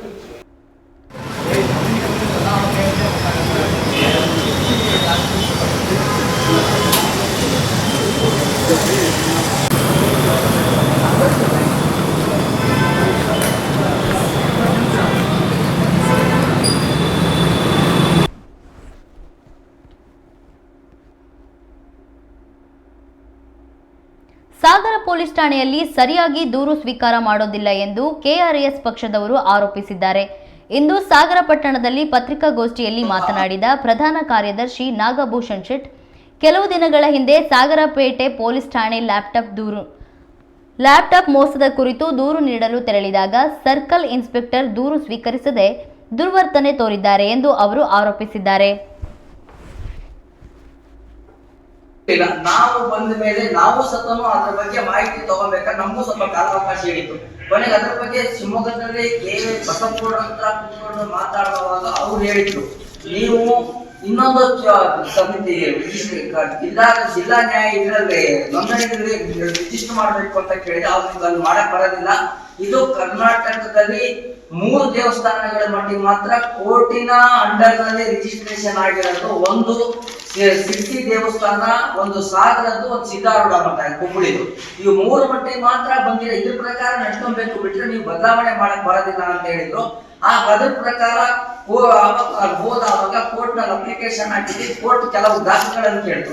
ಆ ದಾಖಲೆಗಳನ್ನ ಕೊಡ್ಬೇಕಾದ್ರೆ ಸ್ವಲ್ಪ ಟೈಮ್ ತಗೊಂಡು ದಾಖಲೆ ಸಾಗರ ಡಿವೈಎಸ್ಪಿ ಅವರಿಗೂ ಮನವಿ ಕೊಟ್ಟಿದ್ದೀವಿ, ಪೊಲೀಸ್ ಪ್ರಾಧಿಕಾರಕ್ಕೂ ಕೊಟ್ಟಿದ್ದೀವಿ, ಲೋಕಾಯುಕ್ತ ಕಮಿಷನರಿಗೂ ಕೊಟ್ಟಿದ್ದೀವಿ, ಅಲ್ದಿದ್ದು ಮತ್ತೆ ಅಡಿಷನಲ್ ಎಸ್ ಪಿ ಅವರಿಗೆ ಸಮೇತ ಕೊಟ್ಟಿದ್ದೀವಿ. ಈಗ ನಮಗೆ ಈ ತರ ನಮಗೆ ಅಂತಲ್ಲ, ಸಾರ್ವಜನಿಕರಿಗೆ ಇವ್ರ ಬಿಹೇವಿಯರ್ ಒಂಥರ ಸರಿ ಇಲ್ಲ ಅನ್ನೋ ಲೆಕ್ಕಾಚಾರದಲ್ಲಿ ಇದೆ. ಸಾರ್ವಜನಿಕರೆಲ್ಲರಿಗೂ ಕೆಲವೊಬ್ಬರದೆಲ್ಲ ಒಪಿನಿಯನ್ ಇದೆ. ಆದ್ರಿಂದ ದಯವಿಟ್ಟು ಇವರ ಮೇಲಧಿಕಾರಿಗಳು ಇವರ ಒಂದು ಬಿಹೇವಿಯರ್ ಬಗ್ಗೆ ಯಾಕೆ ಈ ತರ ಮಾಡ್ತಾ ಇದ್ದಾರೆ, ಸಾರ್ವಜನಿಕರಿಗೆ ಯಾಕೆ ಗೌರವ ಕೊಡ್ತಿಲ್ಲ, ಅಪ್ಪ ಇವರ ಒಂದು ಚೇಂಬರ್ ಬಂದವರಿಗೆ ಅಟ್ಲೀಸ್ಟ್ ಕೂತ್ಕೊಳ್ಳಿ ಅನ್ನುವಂಥ ಸೌಜನ್ಯದಲ್ಲಿ ಇವ್ರ ಹತ್ರ ಯಾಕಿಲ್ಲ. ಇವ್ರು ಟ್ರಾನ್ಸ್ಫರ್ ಆಗಿ ಇಲ್ಲಿ ಬಂದಾಗಿಂದ ಈ ತರ ಮಾಡ್ತಿದ್ದಾರೆ. ಏನಕ್ಕೋಸ್ಕರ ಇವರು ಈ ತರ ಒಂದು ರ್ಯಾಶ್ ಬಿಹೇವಿಯರ್ ಆಗಿ ಸಾರ್ವಜನಿಕರ ಜೊತೆ ವರ್ತಿಸ್ತಾರೆ ಅನ್ನೋದನ್ನ ನಮ್ಗೆ ಸ್ಪಷ್ಟಪಡಿಸಬೇಕಾಗಿದೆ ಅವರ ಮೇಲಧಿಕಾರಿ. ಇಲ್ಲ ಇವರ ವಿರುದ್ಧ ನಾವೀಗ ಏನ್ ಕಂಪ್ಲೇಂಟ್ ಇವ್ರ ವಿರುದ್ಧ ನಾವು ಆಲ್ರೆಡಿ ಕೊಟ್ಟಿದ್ದೀವಿ. ಇದು ದಯವಿಟ್ಟು ಅವ್ರ ಮೇಲಧಿಕಾರಿಗಳು ಇದನ್ನ ಗಮನ ವಹಿಸಿ ಇದನ್ನ ನೋಡಿಬಿಟ್ಟು ಅದರ ಕ್ರಮ ತಗೊಳ್ಬೇಕು ಅಂತ ಹೇಳಿ ನಾನು ನಿಮ್ಮ ಮೀಡಿಯಾದ ಮುಖಾಂತರ ಅವರ ಮೇಲಧಿಕಾರಿಗಳಿಗೆ, ಮಾನ್ಯ SP ಅವರಿಗೂ ಸಹ, ಅವರ ಮೇಲಧಿಕಾರಿಗಳು ಯಾರೇನಿದ್ದಾರೆ IG ಸಾಹೇಬರಿಗೂ ಸಹ ಈ ಒಂದು ಪ್ರೆಸ್ ಮೀಟ್ ಅನ್ನ ಒತ್ತಾಯಪಡಿಸ್ತೀನಿ.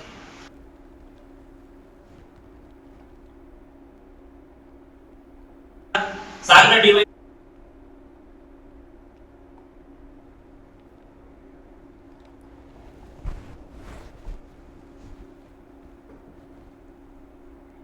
ಬೆಂಗಳೂರು ನಗರದಲ್ಲಿ ಇತ್ತೀಚೆಗೆ ರೋಡ್ ರೇಜ್ ಪ್ರಕರಣಗಳು ಹೆಚ್ಚಾಗುತ್ತಿದ್ದು, ಆಟೋ ಚಾಲಕನೊಬ್ಬನ ಮೇಲೆ ಬಸ್ ಹರಿಸಲು BMTC ಚಾಲಕ ಮುಂದಾದ ಘಟನೆ ನಡೆದಿದೆ. ಅಶೋಕನಗರ ಸಂಚಾರಿ ಪೊಲೀಸ್ ಠಾಣಾ ವ್ಯಾಪ್ತಿಯ ಬ್ರಿಗೇಡ್ ರೋಡ್ ಬಳಿ ಗುರುವಾರ ಮಧ್ಯಾಹ್ನ ಘಟನೆ ನಡೆದಿದೆ. ಆಟೋ ಚಾಲಕ ಮತ್ತು BMTC ಬಸ್ ಚಾಲಕನ ನಡುವೆ ಗಲಾಟೆಯಾಗಿದೆ. ನಂತರ ಆಟೋ ಚಾಲಕ BMTC ಬಸ್ಗೆ ಅಡ್ಡಲಾಗಿ ನಿಂತಿದ್ದಾನೆ. ಈ ವೇಳೆ ಆತನ ಮೇಲೆ ಬಸ್ ಹರಿಸಲು BMTC ಚಾಲಕ ಮುಂದಾಗಿದ್ದಾನೆ. ಬಸ್ ಸುಮಾರು 30 ಮೀಟರ್ನಷ್ಟು ದೂರ ಆಟೋ ಚಾಲಕನನ್ನ ತಳ್ಳಿಕೊಂಡು ಹೋಗಿದೆ. ಬಸ್ ಹಾಗೂ ಆಟೋ ಚಾಲಕನ ಗಲಾಟೆ ದೃಶ್ಯ ಮೊಬೈಲ್ನಲ್ಲಿ ಸೆರೆಯಾಗಿದ್ದು ಈಗ ವೈರಲ್ ಆಗ್ತಿದೆ.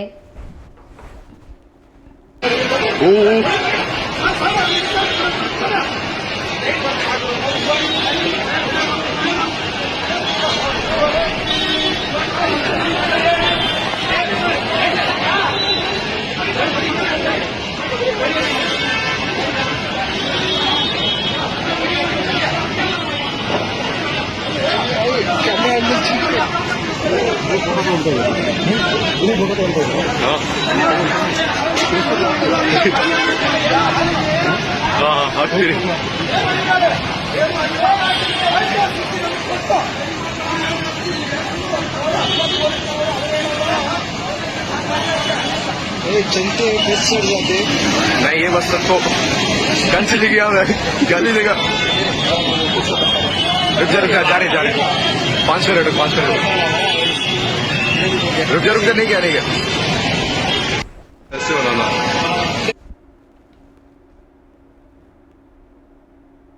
ಮನೆಯಿಂದ ಹೊರಗೆ ಹೋದ್ರೆ ಸಾಕು ಬೀದಿ ನಾಯಿಗಳ ಹಾವಳಿ, ಎಲ್ಲಿ ಏನಾಗುತ್ತೋ ಅನ್ನೋ ಭಯ, ಮಕ್ಕಳಿಗೆ ಕಚ್ಚಿದರೆ ಏನ್ ಮಾಡೋದು ಅನ್ನೋ ಆತಂಕ. ಈ ಸಮಸ್ಯೆ ಒಂದು ಏರಿಯಾದಲ್ಲ, ಶಿವಮೊಗ್ಗ ನಗರದ ಹಲವು ಏರಿಯಾಗಳಲ್ಲಿ ಬೀದಿ ನಾಯಿಗಳ ಹಾವಳಿ ಇದೆ. ವಿದ್ಯಾನಗರ, ವಿನೋಬನಗರ, ಗೋಪಾಳ, ವಿಶಾಲ್ ಮಾರ್ಟ್ ಸಮೀಪ, ABMC ತರಕಾರಿ ಮಾರುಕಟ್ಟೆ, ಗುಂಡಪ್ಪ ಶೆಡ್ ಸೇರಿದಂತೆ ಹಲವು ಕಡೆ ಬೀದಿ ನಾಯಿಗಳ ಸಂಖ್ಯೆ ಹೆಚ್ಚಾಗಿದೆ.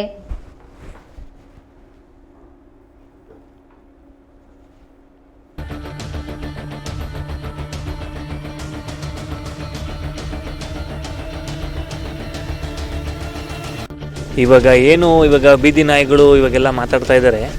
ಏನಾಗಿದೆ ಅಂತಂದರೆ ಇವಾಗ ಸಿಕ್ಕಾಬಟ್ಲೆ ರೋಡ್ಗಳಲ್ಲೆಲ್ಲ ಬೀದಿ ನಾಯಿಗಳೆಲ್ಲ ತುಂಬ ಜಾಸ್ತಿ ಆಗಿದ್ದಾವೆ. ಅದು ಏನಂದರೆ ಮೂಕ ಪ್ರಾಣಿಗಳು, ಅವಕ್ಕೇನು ಗೊತ್ತಾಗಲ್ಲ, ಏನಿಲ್ಲ. ಈ ಜನಗಳು ಗಾಡಿಗಳು ಓಡಾಡ್ತಾ ಇಲ್ಲ, ಸ್ವಲ್ಪ ಆಕ್ಸಿಡೆಂಟ್ ಮಾಡ್ಕೊಂಡು ಓಡಾಡೋದು, ಹೆಂಗೆ ಬೇಕೋ ಹಂಗೆ ರ್ಯಾಶಾಗಿ ಗಾಡಿ ಹೊಡ್ಕೊಂಡು ಎಲ್ಲ ಮಾಡ್ಕೊಂಡು ಓಡಾಡ್ತಾ ಇರ್ತಾರೆ. ಸ್ವಲ್ಪ ನೋಡಿ ಮಾಡಿ ಓಡಾಡಬೇಕು. ಮತ್ತು ಇನ್ನೊಂದು ಮೂಕ ಪ್ರಾಣಿಗಳು ಅವೇನು ಯಾರಿಗೂ ಹೇಳೋಕ್ಕಾಗಲ್ಲ, ಮಾಡೋಕ್ಕಾಗಲ್ಲ. ಎಲ್ಲ ಏನು ಮಾಡ್ತಾರೆ, ಅದನ್ನು ತೊಗೊಂಡೋಗಿ ಕಲ್ಲಲ್ಲಿ ಹೊಡೆಯೋದಾಗಲಿ, ಮತ್ತು ಬೇರೆ ಕಡೆ ಎಲ್ಲೋ ತೊಗೊಂಡೋಗಿ ನಾಯಿಗಳು ಜಾಸ್ತಿ ಆಗಿದೆ ಅಂತ, ನಾಯಿಗಳು ಅವಳಿ ಜಾಸ್ತಿ ಆಗಿದೆ ಅಂತ ಅಲ್ಲಿ ಇಲ್ಲಿ ಕಂಪ್ಲೇಂಟ್ ಮಾಡಿದ್ರೆ ಏನು ಮಾಡ್ತಾರೆ, ಹೊರಗಡೆ ತೊಗೊಂಡೋಗೋದು, ಸಾಯಿಸೋದು, ಇಲ್ಲಾಂದರೆ ಕೋಲ್ಗಳೆಲ್ಲ ತೊಗೊಂಡು ಹೊಡೆದಾಕೋದು, ಇವೆಲ್ಲ ಭಾಳ ಮಾಡ್ತಾರೆ. ಅದಕ್ಕೆ ಒಳ್ಳೆ ರೀತಿಯಾಗಿ ಏನಾದರೂ ಸರ್ಕಾರ, ಗ್ರಾಮ ಪಂಚಾಯತಿ ಆಗಲಿ ಸರ್ಕಾರ ಆಗಲಿ ಅದಕ್ಕೇನಾದರೂ ಒಂದು ಒಳ್ಳೆ ರೀತಿಯಲ್ಲಿ ಕ್ರಮಗೊಳ್ಬೇಕಂತ ಒಂದು ಇದು ಮಾಡ್ತೀವಿ. ಇವಾಗ ಬೀದಿಲಿ ಓಡಾಡೋರು ಸ್ವಲ್ಪ ಅಲ್ಲಿ ಇಲ್ಲಿ ಹೋಟ್ಲು ಗೀಟ್ಲುಗಳ ಕಡೆ ಎಲ್ಲ ಅದು ಇದು ಸಣ್ಣ ಪುಟ್ಟ ತಿಂದಿದ್ದು ಉಳಿದಿದ್ದೆಲ್ಲ ಒಗಾಸ್ತಾರೆ. ಅದ್ರ ಕಡೆಯಿಂದ ಸರ್ಕಾರದಿಂದ ಏನಾದರೂ ಅದಕ್ಕೆ ಒಳ್ಳೆ ರೀತಿಯಲ್ಲಿ ಒಂದು ಯೋಜನೆ ಮಾಡಿಕೊಂಡು ಅಡಾಪ್ಟ್ ಮಾಡ್ಕೊಳಕ್ಕೆ ಯಾರೂ ನಾಯಿಗಳು ಮುಂದೆ ಬರೋಲ್ಲ. ಕಂತ್ರಿ ನಾಯಿಗಳಾದರೆ ಯಾರೂ ಬರೋಲ್ಲ. ಅದೇ ಒಳ್ಳೆ ಜಾತಿ ನಾಯಿಗಳಾದರೆ ಎಲ್ಲರ ಮನೇಲೂ ನೀಟಾಗಿ ಒಳ್ಳೊಳ್ಳೆ ಊಟ ಒಳ್ಳೊಳ್ಳೆ ತಿಂಡಿ ಎಲ್ಲ ಸಿಗುತ್ತೆ. ಆದರೆ ಕಂತ್ರಿ ನಾಯಿಗಳಾದರೆ ಎಲ್ಲರೂ ಹಿಂದೆ ಮುಂದೆ ನೋಡ್ತಾರೆ, ಊಟ ಹಾಕ್ಲಿಕ್ಕೆ ಮಾಡಲಿಕ್ಕಿಲ್ಲ. ಅದು ಪಾಪ ಹೊಟ್ಟೆ ಹಸಿವಿಗೆ ಏನು ಮಾಡುತ್ತೆ ಏನೋ, ಬರೀ ಅಲ್ಲಿ ಇಲ್ಲಿ ರೋಡಿನೇ ಮಾಡ್ಕೊಂಡು ಇರಬೇಕಾಗತ್ತೆ. ಅದೇ ಅದಕ್ಕೊಂದು ಸರ್ಕಾರದಿಂದ ಒಳ್ಳೆ ರೀತಿಲಿ ಏನಾದರೂ ಒಂದು ಅಡಾಪ್ಷನ್ ಕೊಟ್ಟು ಯಾರಿಗಾದರೂ ಒಂದು ಟೆಂಡರ್ ರೀತಿನೋ ಇಲ್ಲಾಂದರೆ ಬೇರೆ ಏನಾದ್ರು ಒಳ್ಳೆ ರೀತಿಲಿ ಮಾಡಿಕೊಂಡು ಅದಕ್ಕೆ ಊಟ ಗೀಟ ಹಾಕೋ ವ್ಯವಸ್ಥೆನ ಮಾಡಬೇಕು. ಹಂಗಂತ ಎಲ್ಲ ಕಡೆ ಸುಮಾರು ನಾಯಿಗಳು ಬಿಡೋದಲ್ಲ, ತೀರಾ ಹಂಗಂತ ಸ್ವಲ್ಪ ನಾಯಿಗಳಿಗೂ ಹೆಂಗೆ ಬೇಕು ಹಂಗೆ ಅದಕ್ಕೆ ಕ್ರೂರವಾಗೇನೂ ಮಾಡಬಾರ್ದು. ಸ್ವಲ್ಪ ನೋಡಬೇಕು, ಒಳ್ಳೆ ರೀತಿಲಿ ಚೆನ್ನಾಗಿ ನೋಡ್ಕೋಬೇಕು.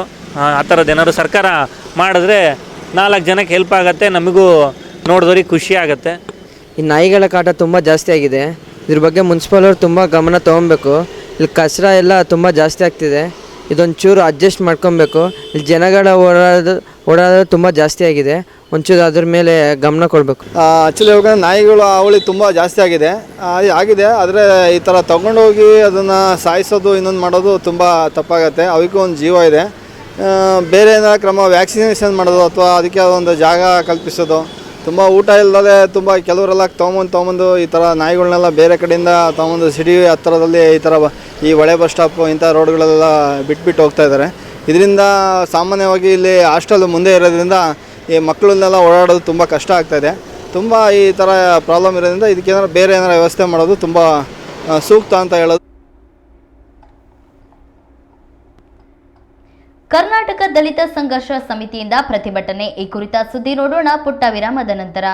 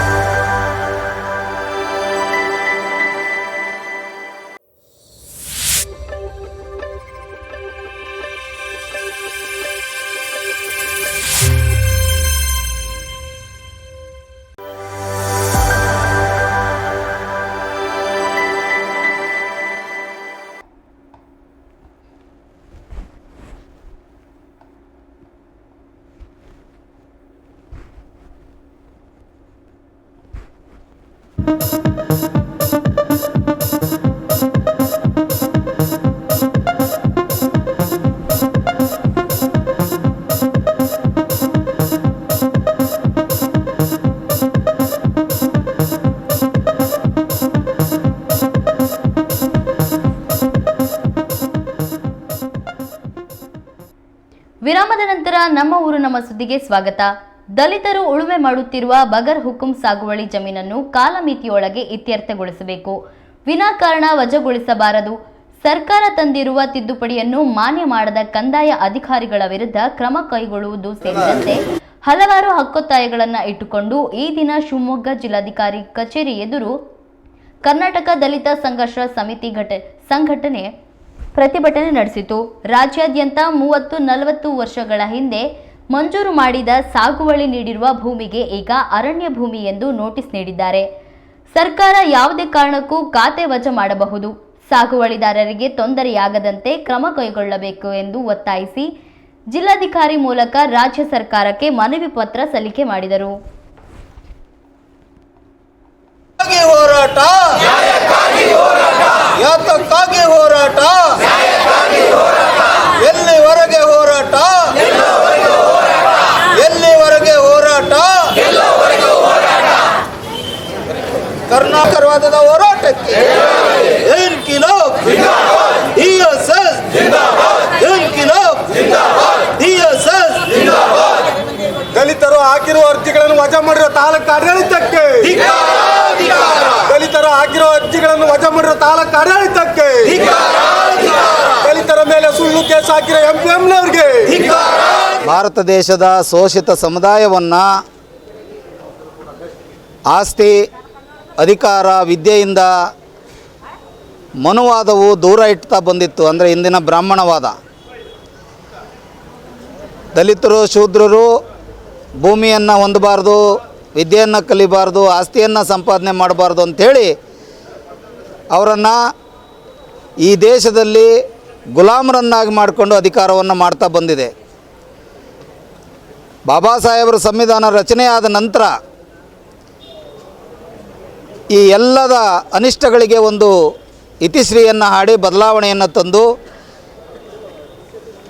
ಎಲ್ರಿಗೂ ವಿದ್ಯೆ, ಆಸ್ತಿ, ಅಧಿಕಾರ ದೊರಕುವ ಹಾಗೆ ಬಾಬಾ ಸಾಹೇಬರು ಸಂವಿಧಾನದಲ್ಲಿ ಅಳವಡಿಸಿದ್ದಾರೆ. ಆದರೆ ಈ ಹಕ್ಕು ದಲಿತರ ಕೈ ಸೇರಬಾರ್ದು ಅಂತೇಳಿ ಮನುವಾದಿ ಆಡಳಿತಶಾಹಿ ವರ್ಗದವರು ದಲಿತರಿಗೆ ಭೂಮಿ ಹಂಚಿಕೆಯಲ್ಲಿ ಶತಶತಮಾನಗಳಿಂದ ಮೋಸ ಮಾಡ್ತಾ ಬಂದಿದ್ದಾರೆ.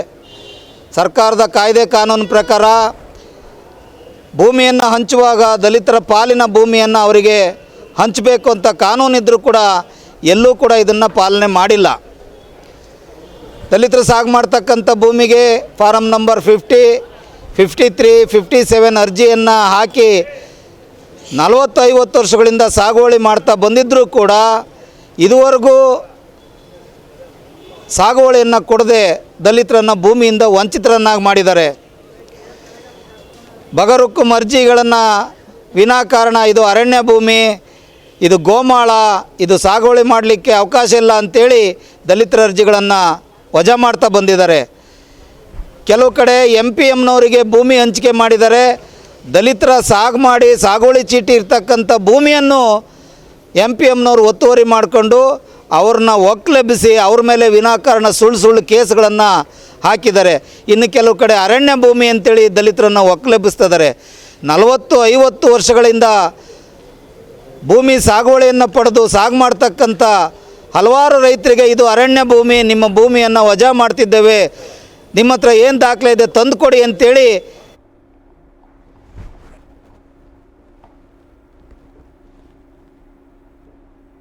ಕೃಷಿ ಜಮೀನುಗಳ ಮಾಲೀಕರು ಮೃತರಾದಲ್ಲಿ ಈ ಜಮೀನಿನ ವಾರಸುದಾರರು ತಮ್ಮ ಹೆಸರಿಗೆ ಹಕ್ಕು ಬದಲಾವಣೆ ಮಾಡಿಕೊಳ್ಳಬೇಕಾಗಿರುತ್ತದೆ. ಪ್ರಸ್ತುತ ಈ ಪೌತಿ ಆಂದೋಲನದ ಮೂಲಕ ಶಿವಮೊಗ್ಗ ತಾಲೂಕಿನ ಜಮೀನುಗಳನ್ನು ಉಚಿತವಾಗಿ ವಾರಸತ್ವದ ವಂಶಾವಳಿ ಪ್ರಕಾರ ಪಹಣಿ ಪತ್ರಿಕೆ ಮಾಡಿಕೊಡಲಾಗುತ್ತಿದೆ. ಈ ರೀತಿಯ ಜಮೀನುಗಳನ್ನು ವಾರಸುದಾರರು ಕೂಡಲೇ ಮೃತರ ಮರಣ ಪ್ರಮಾಣ ಪತ್ರ, ವಂಶವೃಕ್ಷ, ವಾರಸುದಾರರ ಆಧಾರ್ ಕಾರ್ಡ್ ಇತ್ಯಾದಿ ಪೂರಕ ಎಲ್ಲ ದಾಖಲೆಗಳನ್ನು ತಮ್ಮ ಗ್ರಾಮಕ್ಕೆ ಸಂಬಂಧಿಸಿದ ಗ್ರಾಮ ಆಡಳಿತಾಧಿಕಾರಿಗಳ ಹತ್ತಿರ ಸಲ್ಲಿಸಿ ಭೂ ಮಾಲೀಕರು ಮೃತರಾಗಿರುವ ಜಮೀನುಗಳ ವಾರಸುದಾರರಿಗೆ ಖಾತೆಯನ್ನು ಉಚಿತವಾಗಿ ಈ ಪೌತಿ ಆಂದೋಲನದ ಮೂಲಕ ಪಹಣಿ ಮಾಡಿಸಿಕೊಳ್ಳಬಹುದಾಗಿರುತ್ತದೆ. ಶಿವಮೊಗ್ಗ ಜಿಲ್ಲೆ ಶಿವಮೊಗ್ಗ ತಾಲೂಕಿನ ಎಲ್ಲ ಗ್ರಾಮಗಳ ಸಾರ್ವಜನಿಕರು ಈ ಪೌತಿ ಆಂದೋಲನದ ಸದುಪಯೋಗವನ್ನು ಪಡೆದುಕೊಳ್ಳುವಂತೆ ತಹಶೀಲ್ದಾರ್ ಹಾಗೂ ತಾಲೂಕು ದಂಡಾಧಿಕಾರಿ ರಾಜೀವ್ VS ರವರು ಪ್ರಕಟಣೆಯಲ್ಲಿ ತಿಳಿಸಿರುತ್ತಾರೆ.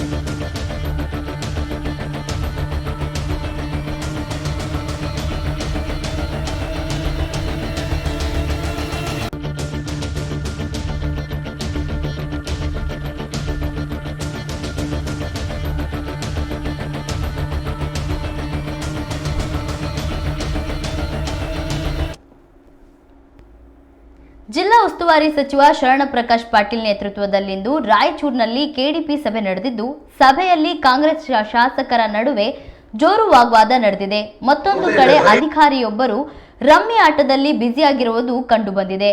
ಹೌದು, ಉಪ ಅರಣ್ಯ ಸಂರಕ್ಷಣಾ ಅಧಿಕಾರಿ ಪ್ರವೀಣ್ ಸಭೆಯ ಆಗುಹೋಗುಗಳ ಬಗ್ಗೆ ಆಲಿಸದೆ ರಮ್ಮಿಯಲ್ಲಿ ಮಗ್ನರಾಗಿರುವುದು ಕ್ಯಾಮೆರಾದಲ್ಲಿ ಸೆರೆಯಾಗಿದೆ. ಅಧಿಕಾರಿಯ ಕಾರ್ಯಕ್ಕೆ ಸೋಷಿಯಲ್ ಮೀಡಿಯಾದಲ್ಲಿ ಭಾರಿ ಆಕ್ರೋಶ ವ್ಯಕ್ತವಾಗಿದೆ.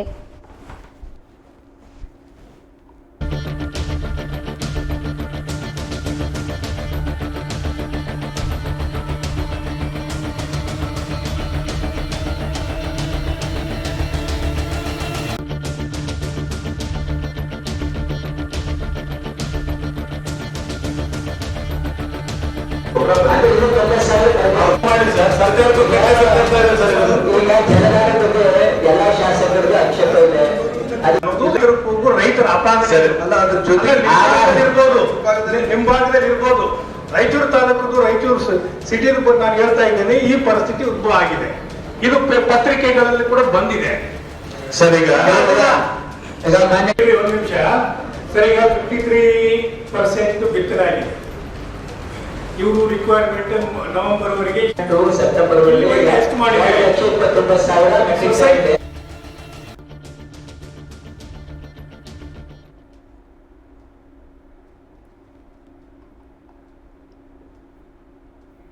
ಜುಲೈ 19ಕ್ಕೆ ಜೆಡಿಎಸ್ನ ಯುವ ಘಟಕದ ಅಧ್ಯಕ್ಷ ನಿಖಿಲ್ ಕುಮಾರಸ್ವಾಮಿ ಶಿವಮೊಗ್ಗಕ್ಕೆ ಆಗಮಿಸಲಿದ್ದಾರೆ. ಜಾತ್ಯತೀತ ಜನತಾ ದಳವು ಪ್ರಬಲವಾಗಿರುವ ಶಿವಮೊಗ್ಗ ಗ್ರಾಮಾಂತರ ಹಾಗೂ ಭದ್ರಾವತಿ ವಿಧಾನಸಭಾ ಕ್ಷೇತ್ರದಲ್ಲಿ ಅವರು ಕಾರ್ಯಕರ್ತರ ಸಭೆ ಉದ್ದೇಶಿಸಿ ಮಾತನಾಡಲಿದ್ದು, ಸದಸ್ಯತ್ವ ನೋಂದಣಿ ಅಭಿಯಾನಕ್ಕೆ ಚಾಲನೆ ನೀಡಲಿದ್ದಾರೆ. ಅಂದು ಬೆಳಗ್ಗೆ ಶಿವಮೊಗ್ಗ ಗ್ರಾಮಾಂತರ ಕ್ಷೇತ್ರದ ಮಲ್ಲಾಪುರ ಗ್ರಾಮದಲ್ಲಿ, ಮಧ್ಯಾಹ್ನ ಶಿವಮೊಗ್ಗ ನಗರದಲ್ಲಿ, ಸಂಜೆ ಭದ್ರಾವತಿಯಲ್ಲಿ ಕಾರ್ಯಕ್ರಮ ನಡೆಯಲಿದೆ.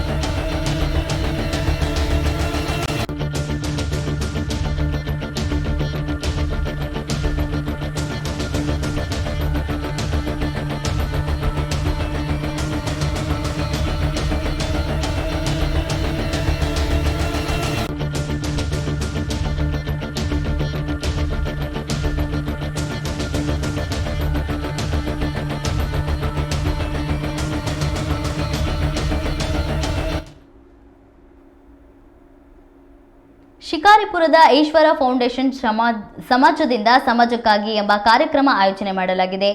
ಈ ಕಾರ್ಯಕ್ರಮವು ಸಮಾಜಮುಖಿಯಾಗಿದ್ದು, ಶಿಕಾರಿಪುರ ತಾಲೂಕಿನ ಎಲ್ಲ ವಿದ್ಯಾರ್ಥಿಗಳಿಗೂ ಸ್ಪರ್ಧಾತ್ಮಕ ಪರೀಕ್ಷೆಗೆ ಮಾರ್ಗದರ್ಶನ ನೀಡಲಾಗುತ್ತಿದ್ದು, ಜುಲೈ 20ರಂದು ಕಾರ್ಯಕ್ರಮ ಆಯೋಜನೆ ಮಾಡಲಾಗಿದೆ. ಈ ಕುರಿತು ಇಂದು ಶಿಕಾರಿಪುರದಲ್ಲಿ ನಡೆದ ಪತ್ರಿಕಾಗೋಷ್ಠಿಯಲ್ಲಿ ಕುಮಾರ್ ಹಿರೇಮಠ್ ನಿವೃತ್ತ ಶಿಕ್ಷಕ ಅರುಣ್ ಕುಮಾರ್ ಮಾಹಿತಿ ನೀಡಿದರು.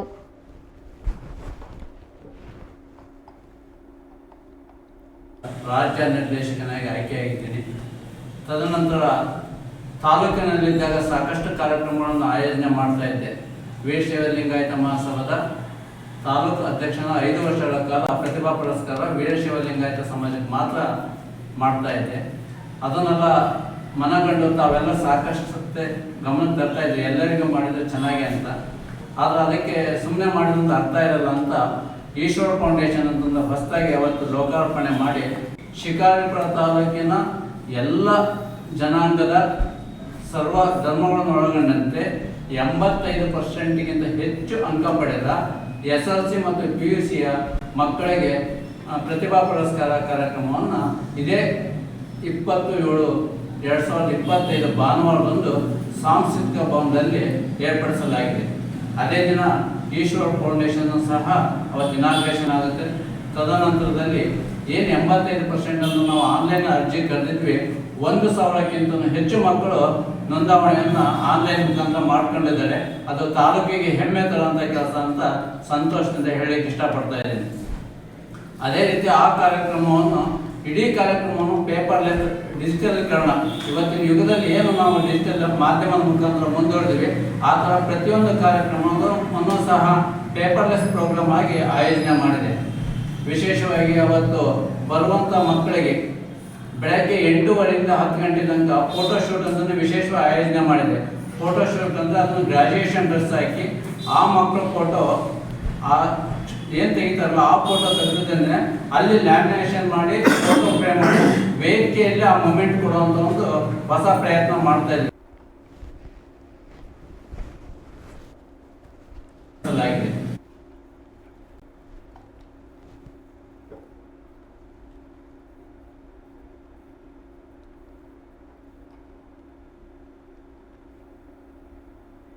ತೀರ್ಥಹಳ್ಳಿಯ ಗೋಪಾಲಗೌಡ ರಂಗಮಂದಿರದಲ್ಲಿ ಇಂದು ಏರ್ಪಡಿಸಿದ್ದ ಕೇಂದ್ರ ಸರ್ಕಾರದ ರಾಷ್ಟ್ರೀಯ ಗ್ರಾಮೀಣ ಸಾಕ್ಷರತಾ ಮಿಷನ್ ಯೋಜನೆಯಡಿ ಉಚಿತವಾಗಿ ಗುಣಮಟ್ಟದ ಸ್ವೆಟರ್ ವಿತರಣೆ ಕಾರ್ಯಕ್ರಮ ನಡೆಯಿತು.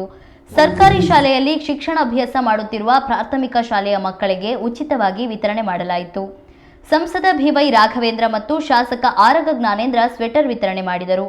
ಈ ವೇಳೆ ಕಾರ್ಯಕ್ರಮದಲ್ಲಿ ಸ್ಥಳೀಯ ಮುಖಂಡರು ಸಹ ಹಾಜರಿದ್ದರು.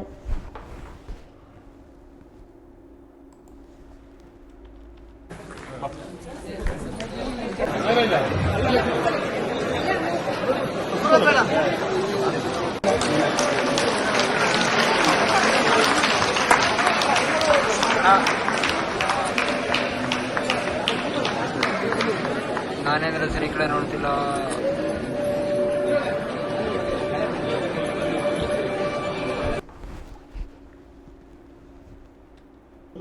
ಸ್ವೆಟರ್ ವಿತರಣೆ ಆಗುತ್ತೆ. ತೀರ್ಥಹಳ್ಳಿಯಲ್ಲಿ 1ರಿಂದ 4 ಸ್ಟ್ಯಾಂಡರ್ಡ್ ಕೂಡ ಹತ್ತಿರ 3,000 ಮಕ್ಕಳಿಗೆ ಮಾತ್ರ ಸ್ವೆಟರ್ನ ವಿತರಣೆ ಆಗುತ್ತೆ. ಅದೇ ರೀತಿ ಬ್ಯಾಗ್ ಸುಮಾರು ಬ್ಯಾಗ್ ಎಷ್ಟಾಗುತ್ತೆ, 1ರಿಂದ 7 ಅಂದ್ರೆ 6,000 ಆಗುತ್ತೆ. 6,000 ಮಕ್ಕಳಿಗೆ ಬ್ಯಾಗ್ ಅನ್ನ ಕೊಡುವಂತ ಒಂದು ಕಾರ್ಯ. ನಾನು ಡೆಲ್ಲಿಲಿ ಕೂತಾಗ ಬೇರೆ ಯಾವುದೋ ಒಂದು ಕಾರಣಕ್ಕೆ ಈ ರಾಷ್ಟ್ರೀಯ ಗ್ರಾಮೀಣ ಸಾಕ್ಷರತಾ ಮಿಷನ್ ನ ಪದಾಧಿಕಾರಿಗಳು ಅದೊಂದು ಕೆಲಸಕ್ಕೋಸ್ಕರ ಬಂದಿದ್ರು. ಅಲ್ಲಪ್ಪ ಇದೆಲ್ಲ ಕಾರ್ಯಕ್ರಮ ನಮ್ಗೆ ಗೊತ್ತೇ ಇಲ್ಲಲ್ಲ, ಕೇವಲ ಇದು ಬೇರೆ ರಾಜ್ಯಗಳಲ್ಲಿ ವಿನಿಯೋಗ ಆಗ್ತಾ ಇದೆ, ನಮ್ಮ ರಾಜ್ಯಕ್ಕೆ ನನ್ನ ಕ್ಷೇತ್ರಕ್ಕೂ ಕೂಡ ಪ್ರತಿ ವರ್ಷ ಏನಾದರೂ ಒಂದು ಕೊಡಲೇಬೇಕು ಅಂತೇಳಿ ವಿನಂತಿಯನ್ನು ಮಾಡಿದಂತಹ ಪ್ರತಿಫಲ ಹೋದ ವರ್ಷ ಬ್ಯಾಗ್ ಮತ್ತು ಈ ವರ್ಷ ಸ್ವೆಟರ್ ಕೊಟ್ಟಿದ್ದಾರೆ. ಹಾಗೆ ಪ್ರತಿ ವರ್ಷದೂ ಕೂಡ ಏನಾದರೂ ಒಂದು ಮಕ್ಕಳಿಗೆ ಶಿಕ್ಷಣಕ್ಕೆ ಪ್ರೋತ್ಸಾಹ ಕೊಡುವಂತ ಒಂದು ಕಾರ್ಯ ಮಾಡೋಣ ಅಂತೇಳಿ ಈ ಸಂದರ್ಭದಲ್ಲಿ ಹೇಳ್ತಾ, ಯಾಕೆಂದ್ರೆ ಮಕ್ಕಳಿಗೆ ಮುಗಿಸುವಂತ ದೊಡ್ಡ ಜವಾಬ್ದಾರಿ ನಮ್ಮ STMC ಸದಸ್ಯರ ಮೇಲಿದೆ.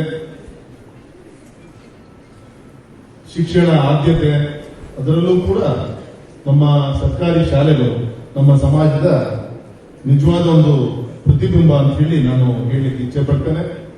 ನಮ್ಮ ಸರ್ಕಾರಿ ಶಾಲೆಯ ಮಕ್ಕಳಿಗೆ ಏನು ಕೊರತೆ ಆಗಿದ್ದಲ್ಲಿ ಸರ್ಕಾರದ ಕೇಂದ್ರ ಮತ್ತೆ ರಾಜ್ಯ ಸರ್ಕಾರದ ಏನೇನು ಯೋಜನೆಗಳಿವೆ ಅದೆಲ್ಲದೂ ಕೂಡ ಸರಿಯಾದ ರೀತಿಯಲ್ಲಿ ತಲುಪಿಸುವಂತ ಒಂದು ಕಾರ್ಯ ಆಗ್ಬೇಕಾಗಿದೆ. ಹಿಂದೆ ಒಂದು ಕಾಲದಲ್ಲಿ ಸ್ಯಾಲರಿ ಕೂಡ ನಮ್ಮ ಟೀಚರ್ಸ್ಗೆ 2-3 ಮಂತ್ಸ್ ಒಂದು ಸ್ಯಾಲರಿ ಬರ್ತಾ ಇದೆ.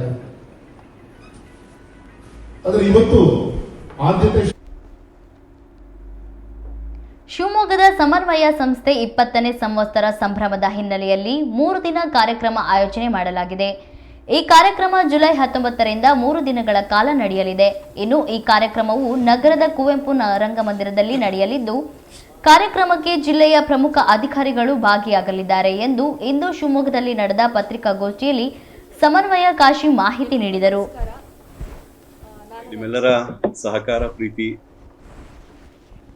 ಈ 20 ವರ್ಷಗಳು ಸಮನ್ವಯ ಬೆಳೆಯಕ್ಕೆ ಸಾಧ್ಯ ಆಗಿದೆ. ಹಾಗಾಗಿ ಎಲ್ಲ ಮಾಧ್ಯಮದ ಪತ್ರಕರ್ತ ಸ್ನೇಹಿತರಿಗೆ, ಬಂಧುಗಳಿಗೆ ಕೃತಜ್ಞತೆಗಳನ್ನು ಸಲ್ಲಿಸಿ ನನ್ನ ಮಾತುಗಳನ್ನು ಶುರು ಮಾಡ್ತೀನಿ. 20 ವರ್ಷಗಳು ಸಾಮಾನ್ಯ ಕುಟುಂಬದಿಂದ ಬಂದಂಥ ಯುವಕರ ಪಡೆ ಶುರು ಮಾಡಿದ್ದು ಸಮಾಜದಲ್ಲಿ ಒಂದಿಷ್ಟು ಬದಲಾವಣೆಗಳನ್ನು ತರಬೇಕು ಅನ್ನೋ ದೃಷ್ಟಿಯಿಂದ ಎಲ್ಲ ವಿದ್ಯಾರ್ಥಿಗಳ ಸಮೂಹ ಶುರು ಮಾಡಿದಂಥ ಸಂಸ್ಥೆ ಇವತ್ತು ಕರ್ನಾಟಕದ ದೇಶದ ದೊಡ್ಡ ದೊಡ್ಡ ಸಂಶೋಧನೆಗಳು ಮತ್ತು ಶಿಕ್ಷಣ ಕ್ಷೇತ್ರದಲ್ಲಿ ಕೆಲಸವನ್ನ ಮಾಡ್ತಾ ಇದೆ. ಅದು ತಮ್ಮೆಲ್ಲರಿಗೂ ಕೂಡ ಗೊತ್ತಿದೆ.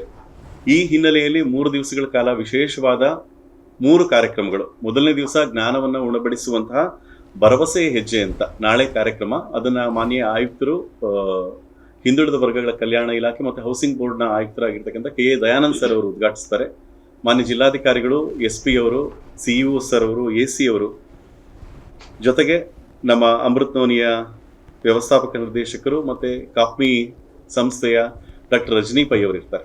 ಈ ಭರವಸೆ ಹೆಜ್ಜೆ ವಿದ್ಯಾರ್ಥಿಗಳಿಗೆ, ಅಂದರೆ ವಿಶೇಷವಾಗಿ ಸೆಕೆಂಡ್ PUC ವಿದ್ಯಾರ್ಥಿಗಳಿಗೆ ಮುಂದಿನ ಭವಿಷ್ಯದಲ್ಲಿ ಏನೆಲ್ಲ ಸಾಧ್ಯತೆಗಳಿದೆ ಅನ್ನೋದನ್ನ ತಿಳಿಸೋದು.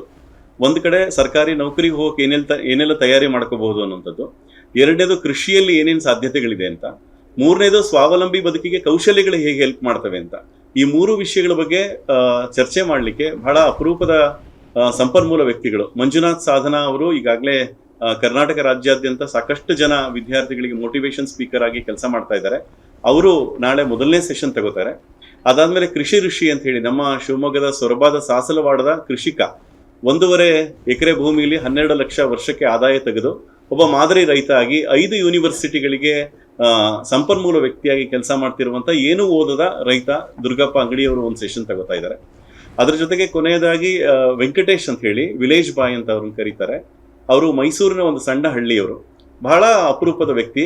ಇಂಗ್ಲೀಷೇ ಬರಲ್ಲ ಅವ್ರಿಗೆ, ಆದರೆ ಇಂಗ್ಲೀಷಲ್ಲಿ ಏನಾದ್ರು ಸಾಧನೆ ಮಾಡಬೇಕು ಅಂತ ಹೇಳಿ ಹೊರಟು ಈಗ ಅವರ ಪುಸ್ತಕಗಳು 23 ಪುಸ್ತಕಗಳು ಕೇಂಬ್ರಿಡ್ಜ್ ಯೂನಿವರ್ಸಿಟಿ ಇಂಗ್ಲಿಷ್ ಪುಸ್ತಕಗಳನ್ನು ಹೊರಗೆ ತಂದಿದೆ. ಇಂಥ ಅಪರೂಪದ 3 ಜನ ಸಂಪನ್ಮೂಲ ವ್ಯಕ್ತಿಗಳು ನಾಳೆಯ ಕಾರ್ಯಕ್ರಮದಲ್ಲಿ 1000 ಜನ ವಿದ್ಯಾರ್ಥಿಗಳನ್ನು ಉದ್ದೇಶಿಸಿ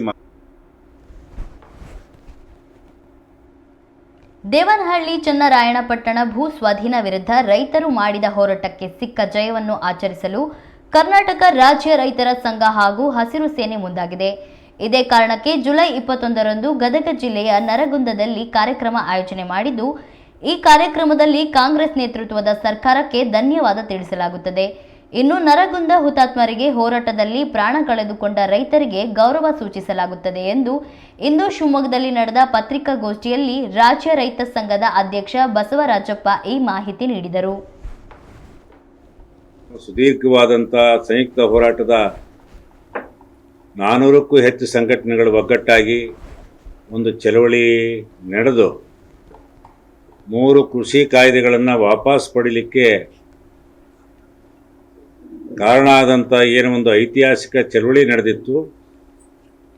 ಅದೇ ರೀತಿ ಇವತ್ತು ದೇವನಹಳ್ಳಿ ಚನ್ನರಾಯಪಟ್ಟಣ ಭೂ ಸ್ವಾಧೀನ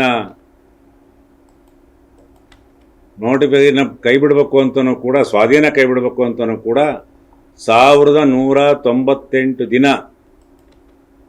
ಚನ್ನರಾಯಪಟ್ಟಣದಲ್ಲಿ ಧರಣಿ ಸತ್ಯಾಗ್ರಹ ನಡೆದಿತ್ತು. 13 ಹಳ್ಳಿಯ 1777 ಎಕರೆ ಜಮೀನನ್ನು ಭೂ ಸ್ವಾಧೀನದ ಕೈ ಬಿಡಬೇಕು ಅಂತ ಹೇಳಿ ಅವರೇ ಮಾಡ್ತಾಯಿದ್ರು. ಅಲ್ಲೊಂದು ಭೂ ಸ್ವಾಧೀನ ಹೋರಾಟ ಸಮಿತಿ ಅಂತೇಳಿ ಅವರೇ ಚಳವಳಿ ಮಾಡ್ತಾಯಿದ್ರು, ಅವರೇ ಧರಣಿ ಮಾಡ್ತಾಯಿದ್ರು. ಆದರೆ ಇತ್ತೀಚೆಗೆ ಒಂದು 2-3 ತಿಂಗಳಿಂದ ಈಚೆಗೆ ಸಂಯುಕ್ತ ಹೋರಾಟ ಅದನ್ನು ಕೈಗೆ ತಗೊಂಡ್ವಿ. ಸಂಯುಕ್ತ ಹೋರಾಟ ಕೈಗೆ ತಗೊಂಡಾದ್ಮೇಲೆ ಚನ್ನರಾಯಪಟ್ಟಣದಲ್ಲೂ ಕೂಡ ಮುಂದುವರಿಸಿ ದೇವನಹಳ್ಳಿಯಲ್ಲಿ ಒಂದು ಬೃಹತ್ ಸಭೆ ಮಾಡಿ ಅಲ್ಲಿ ನಮ್ಮನ್ನು ಅರೆಸ್ಟ್ ಮಾಡಿ ಆದಮೇಲೆ ಕೊನೆಗೆ ಫ್ರೀಡಮ್ ಪಾರ್ಕಿಗೆ ಸ್ಥಳಾಂತರ ಆಯಿತು. ಫ್ರೀಡಮ್ ಪಾರ್ಕಿಗೆ ಸ್ಥಳಾಂತರ ಆದಮೇಲೆ ಮುಖ್ಯಮಂತ್ರಿಗಳು 4ನೇ ತಾರೀಕು ಸಭೆ ಮಾಡ್ತೀವಿ ಅಂಥೇಳಿ ಅವರು ಮಾತು ಕೊಟ್ಟ ಮೇಲೆ ಅಲ್ಲಿ ಮಾತುಕತೆ ಆಯಿತು. ಮಾತುಕತೆ ಆದಮೇಲೆ ಮತ್ತೆ ಲೀಗಲ್ ಇದಕ್ಕೆ 15ನೇ ತಾರೀಕು ತನಕ ಟೈಮ್ ತಗೊಂಡ್ರು. ನಾವು ಲೀಗಲ್ ಅಭಿಪ್ರಾಯ ಕೇಳಬೇಕು ಅಂತೇಳಿ, ಕಾನೂನು ತಜ್ಞನ ಅಭಿಪ್ರಾಯ ಕೇಳಬೇಕು ಅಂಥೇಳಿ ಆ ಹಿನ್ನೆಲೆ 15ನೇ ತಾರೀಕು ತನಕ ಕಾಲಾವಕಾಶ ಕೊಟ್ಟಿದ್ವಿ. ಒಟ್ಟು ದಿನಾಚರಣೆಯನ್ನು ಮಾಡ್ತಾ ಇದ್ದೇವೆ. ಅದಾದ ನಂತರ ಅಲ್ಲಿ ಮತ್ತೆ ಒಂದು ಚಳವಳಿಗೆ ಇದೇ ರೀತಿ ಹುರುಪಿನೊಂದಿಗೆ ಒಂದು ಹೊಸ ರೂಪ ಕೊಡಬೇಕು ಅಂತ ಹೇಳಿಬಿಟ್ಟು ನಮ್ಮ ಸಮಸ್ಯೆಗಳನ್ನು ಇಟ್ಕೊಂಡು ಇನ್ನೂ ಮತ್ತು ಸರ್ಕಾರ ಕೃಷಿ ಕಾಯ್ದೆ APMC 1 ತೆಗೆದಿದ್ದಾರೆ, ಇನ್ನೂ 2 ಕಾಯ್ದೆ ತೆಗೆದಿಲ್ಲ, ಭೂ ಸ್ವಾಧೀನ ಮತ್ತು ಭೂ ಸುಧಾರಣೆ ಕಾಯ್ದೆಯನ್ನು. ಮತ್ತು ಅದಾದಮೇಲೆ ವಿದ್ಯುತ್ ಶಕ್ತಿ ಖಾಸಗೀಕರಣ ಮಾಡೋದ್ರ ಬಗ್ಗೆ ಯಾವುದು ತೀರ್ಮಾನ ಮಾಡಿಲ್ಲ. ಇನ್ನು ಮುಖ್ಯವಾಗಿ ಅಲ್ಲಿ ಕಳಸಾ ಬಂಡೂರಿ ಮಾದಾಯಿ ಕುಡಿಯೋ ನೀರಿನ ಯೋಜನೆ, ಅದು ಸುಮಾರು 5 ಜಿಲ್ಲೆಗಳಿಗೆ ಕುಡಿಯೋ ನೀರಿನ ಯೋಜನೆ, ನಗರಗಳಿಗೆ ಕುಡಿಯೋ ನೀರಿನ ಯೋಜನೆ ಎಲ್ಲ DPR ಆಗಿದೆ, ಇನ್ನೇನು ಕೆಲಸ ಪ್ರಾರಂಭ ಆಗಿದೆ. ಅಂಥ ಸಂದರ್ಭದಲ್ಲಿ ಇವತ್ತು ಪರಿಸರ ಇಲಾಖೆ ಅನುಮತಿ ಸಿಕ್ಕಿಲ್ಲ ಅಂಥೇಳಿ ಕೆಲಸನ ನಿಲ್ಲಿಸಿದ್ದಾರೆ. ಆದ್ದರಿಂದ ಇವತ್ತು ನಾವು ಕೇಂದ್ರದ ಸಚಿವರು ಮನೆ ಮುಂದೆ ಧರಣಿ ಅಂತ ಹೇಳಿ ತೀರ್ಮಾನ ಮಾಡಿದ್ವಿ ಮೊದಲು. ಕೊನೆಗೆ ನಮ್ಮ ಎಲ್ಲ ಕಾರ್ಯಕರ್ತರು ಪೊಲೀಸ್ನವರು ಅನುಮತಿ ಕೇಳದೆ ಕರ್ಕೊಂಡೋಗಿ ಕೇಂದ್ರ ಮಂತ್ರಿಗಳ ಹತ್ರ ಕರ್ಕೊಂಡೋಗಿ ಇಲ್ಲ ನಾವು ಇನ್ನೊಂದು 2-3 ತಿಂಗಳು.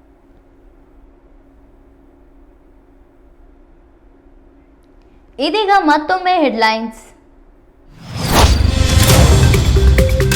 ಬಂಗಾಳಕೊಲ್ಲಿ ಅರಬ್ಬಿ ಸಮುದ್ರದಲ್ಲಿ ವಾಯುಭಾರ ಕುಸಿತ, ರಾಜ್ಯದಲ್ಲಿ ಭಾರೀ ಮಳೆಯಾಗುವ ಸಾಧ್ಯತೆ. ಕೊಡಗು ಜಿಲ್ಲೆಗೆ ಮತ್ತೆ ರೆಡ್ ಅಲರ್ಟ್ ಘೋಷಣೆ. ಮತ್ತೆ ಮುನ್ನೆಲೆಗೆ ಬಂದ ಶಿವಮೊಗ್ಗದ ಈದ್ಗಾ ಮೈದಾನ ವಿವಾದ. ಹೈಕೋರ್ಟ್ನಲ್ಲಿ ವಿಚಾರಣೆ ಮುಗಿದಿದ್ದು ತೀರ್ಪು ಬಾಕಿ ಇದೆ. ಪಾಲಿಕೆ ಪರ ಬರುವ ವಿಶ್ವಾಸವಿದೆ ಎಂದ ಜಿಲ್ಲಾ ಬ್ರಾಹ್ಮಣರ ಸಂಘ. ಜೂನಿಯರ್ಗೆ ಜೈ, ಯಕ್ಕಗೂ ಭರ್ಜರಿ ರೊಕ್ಕ. 2 ಚಿತ್ರಗಳಿಗೂ ಪ್ರೇಕ್ಷಕ ಪ್ರಭು ಫುಲ್ ಫಿದಾ. ಹೇಗಿತ್ತು ಮೊದಲ ದಿನ ಪ್ರೇಕ್ಷಕರ ರೆಸ್ಪಾನ್ಸ್? ಇದಾಗಿತ್ತು ಈ ಹೊತ್ತಿನ ಸುದ್ದಿ. ಇನ್ನಷ್ಟು ಮಾಹಿತಿಗಾಗಿ ನೋಡ್ತಾ ಇರಿ ಕನ್ನಡ ಮೀಡಿಯಂ 24x7.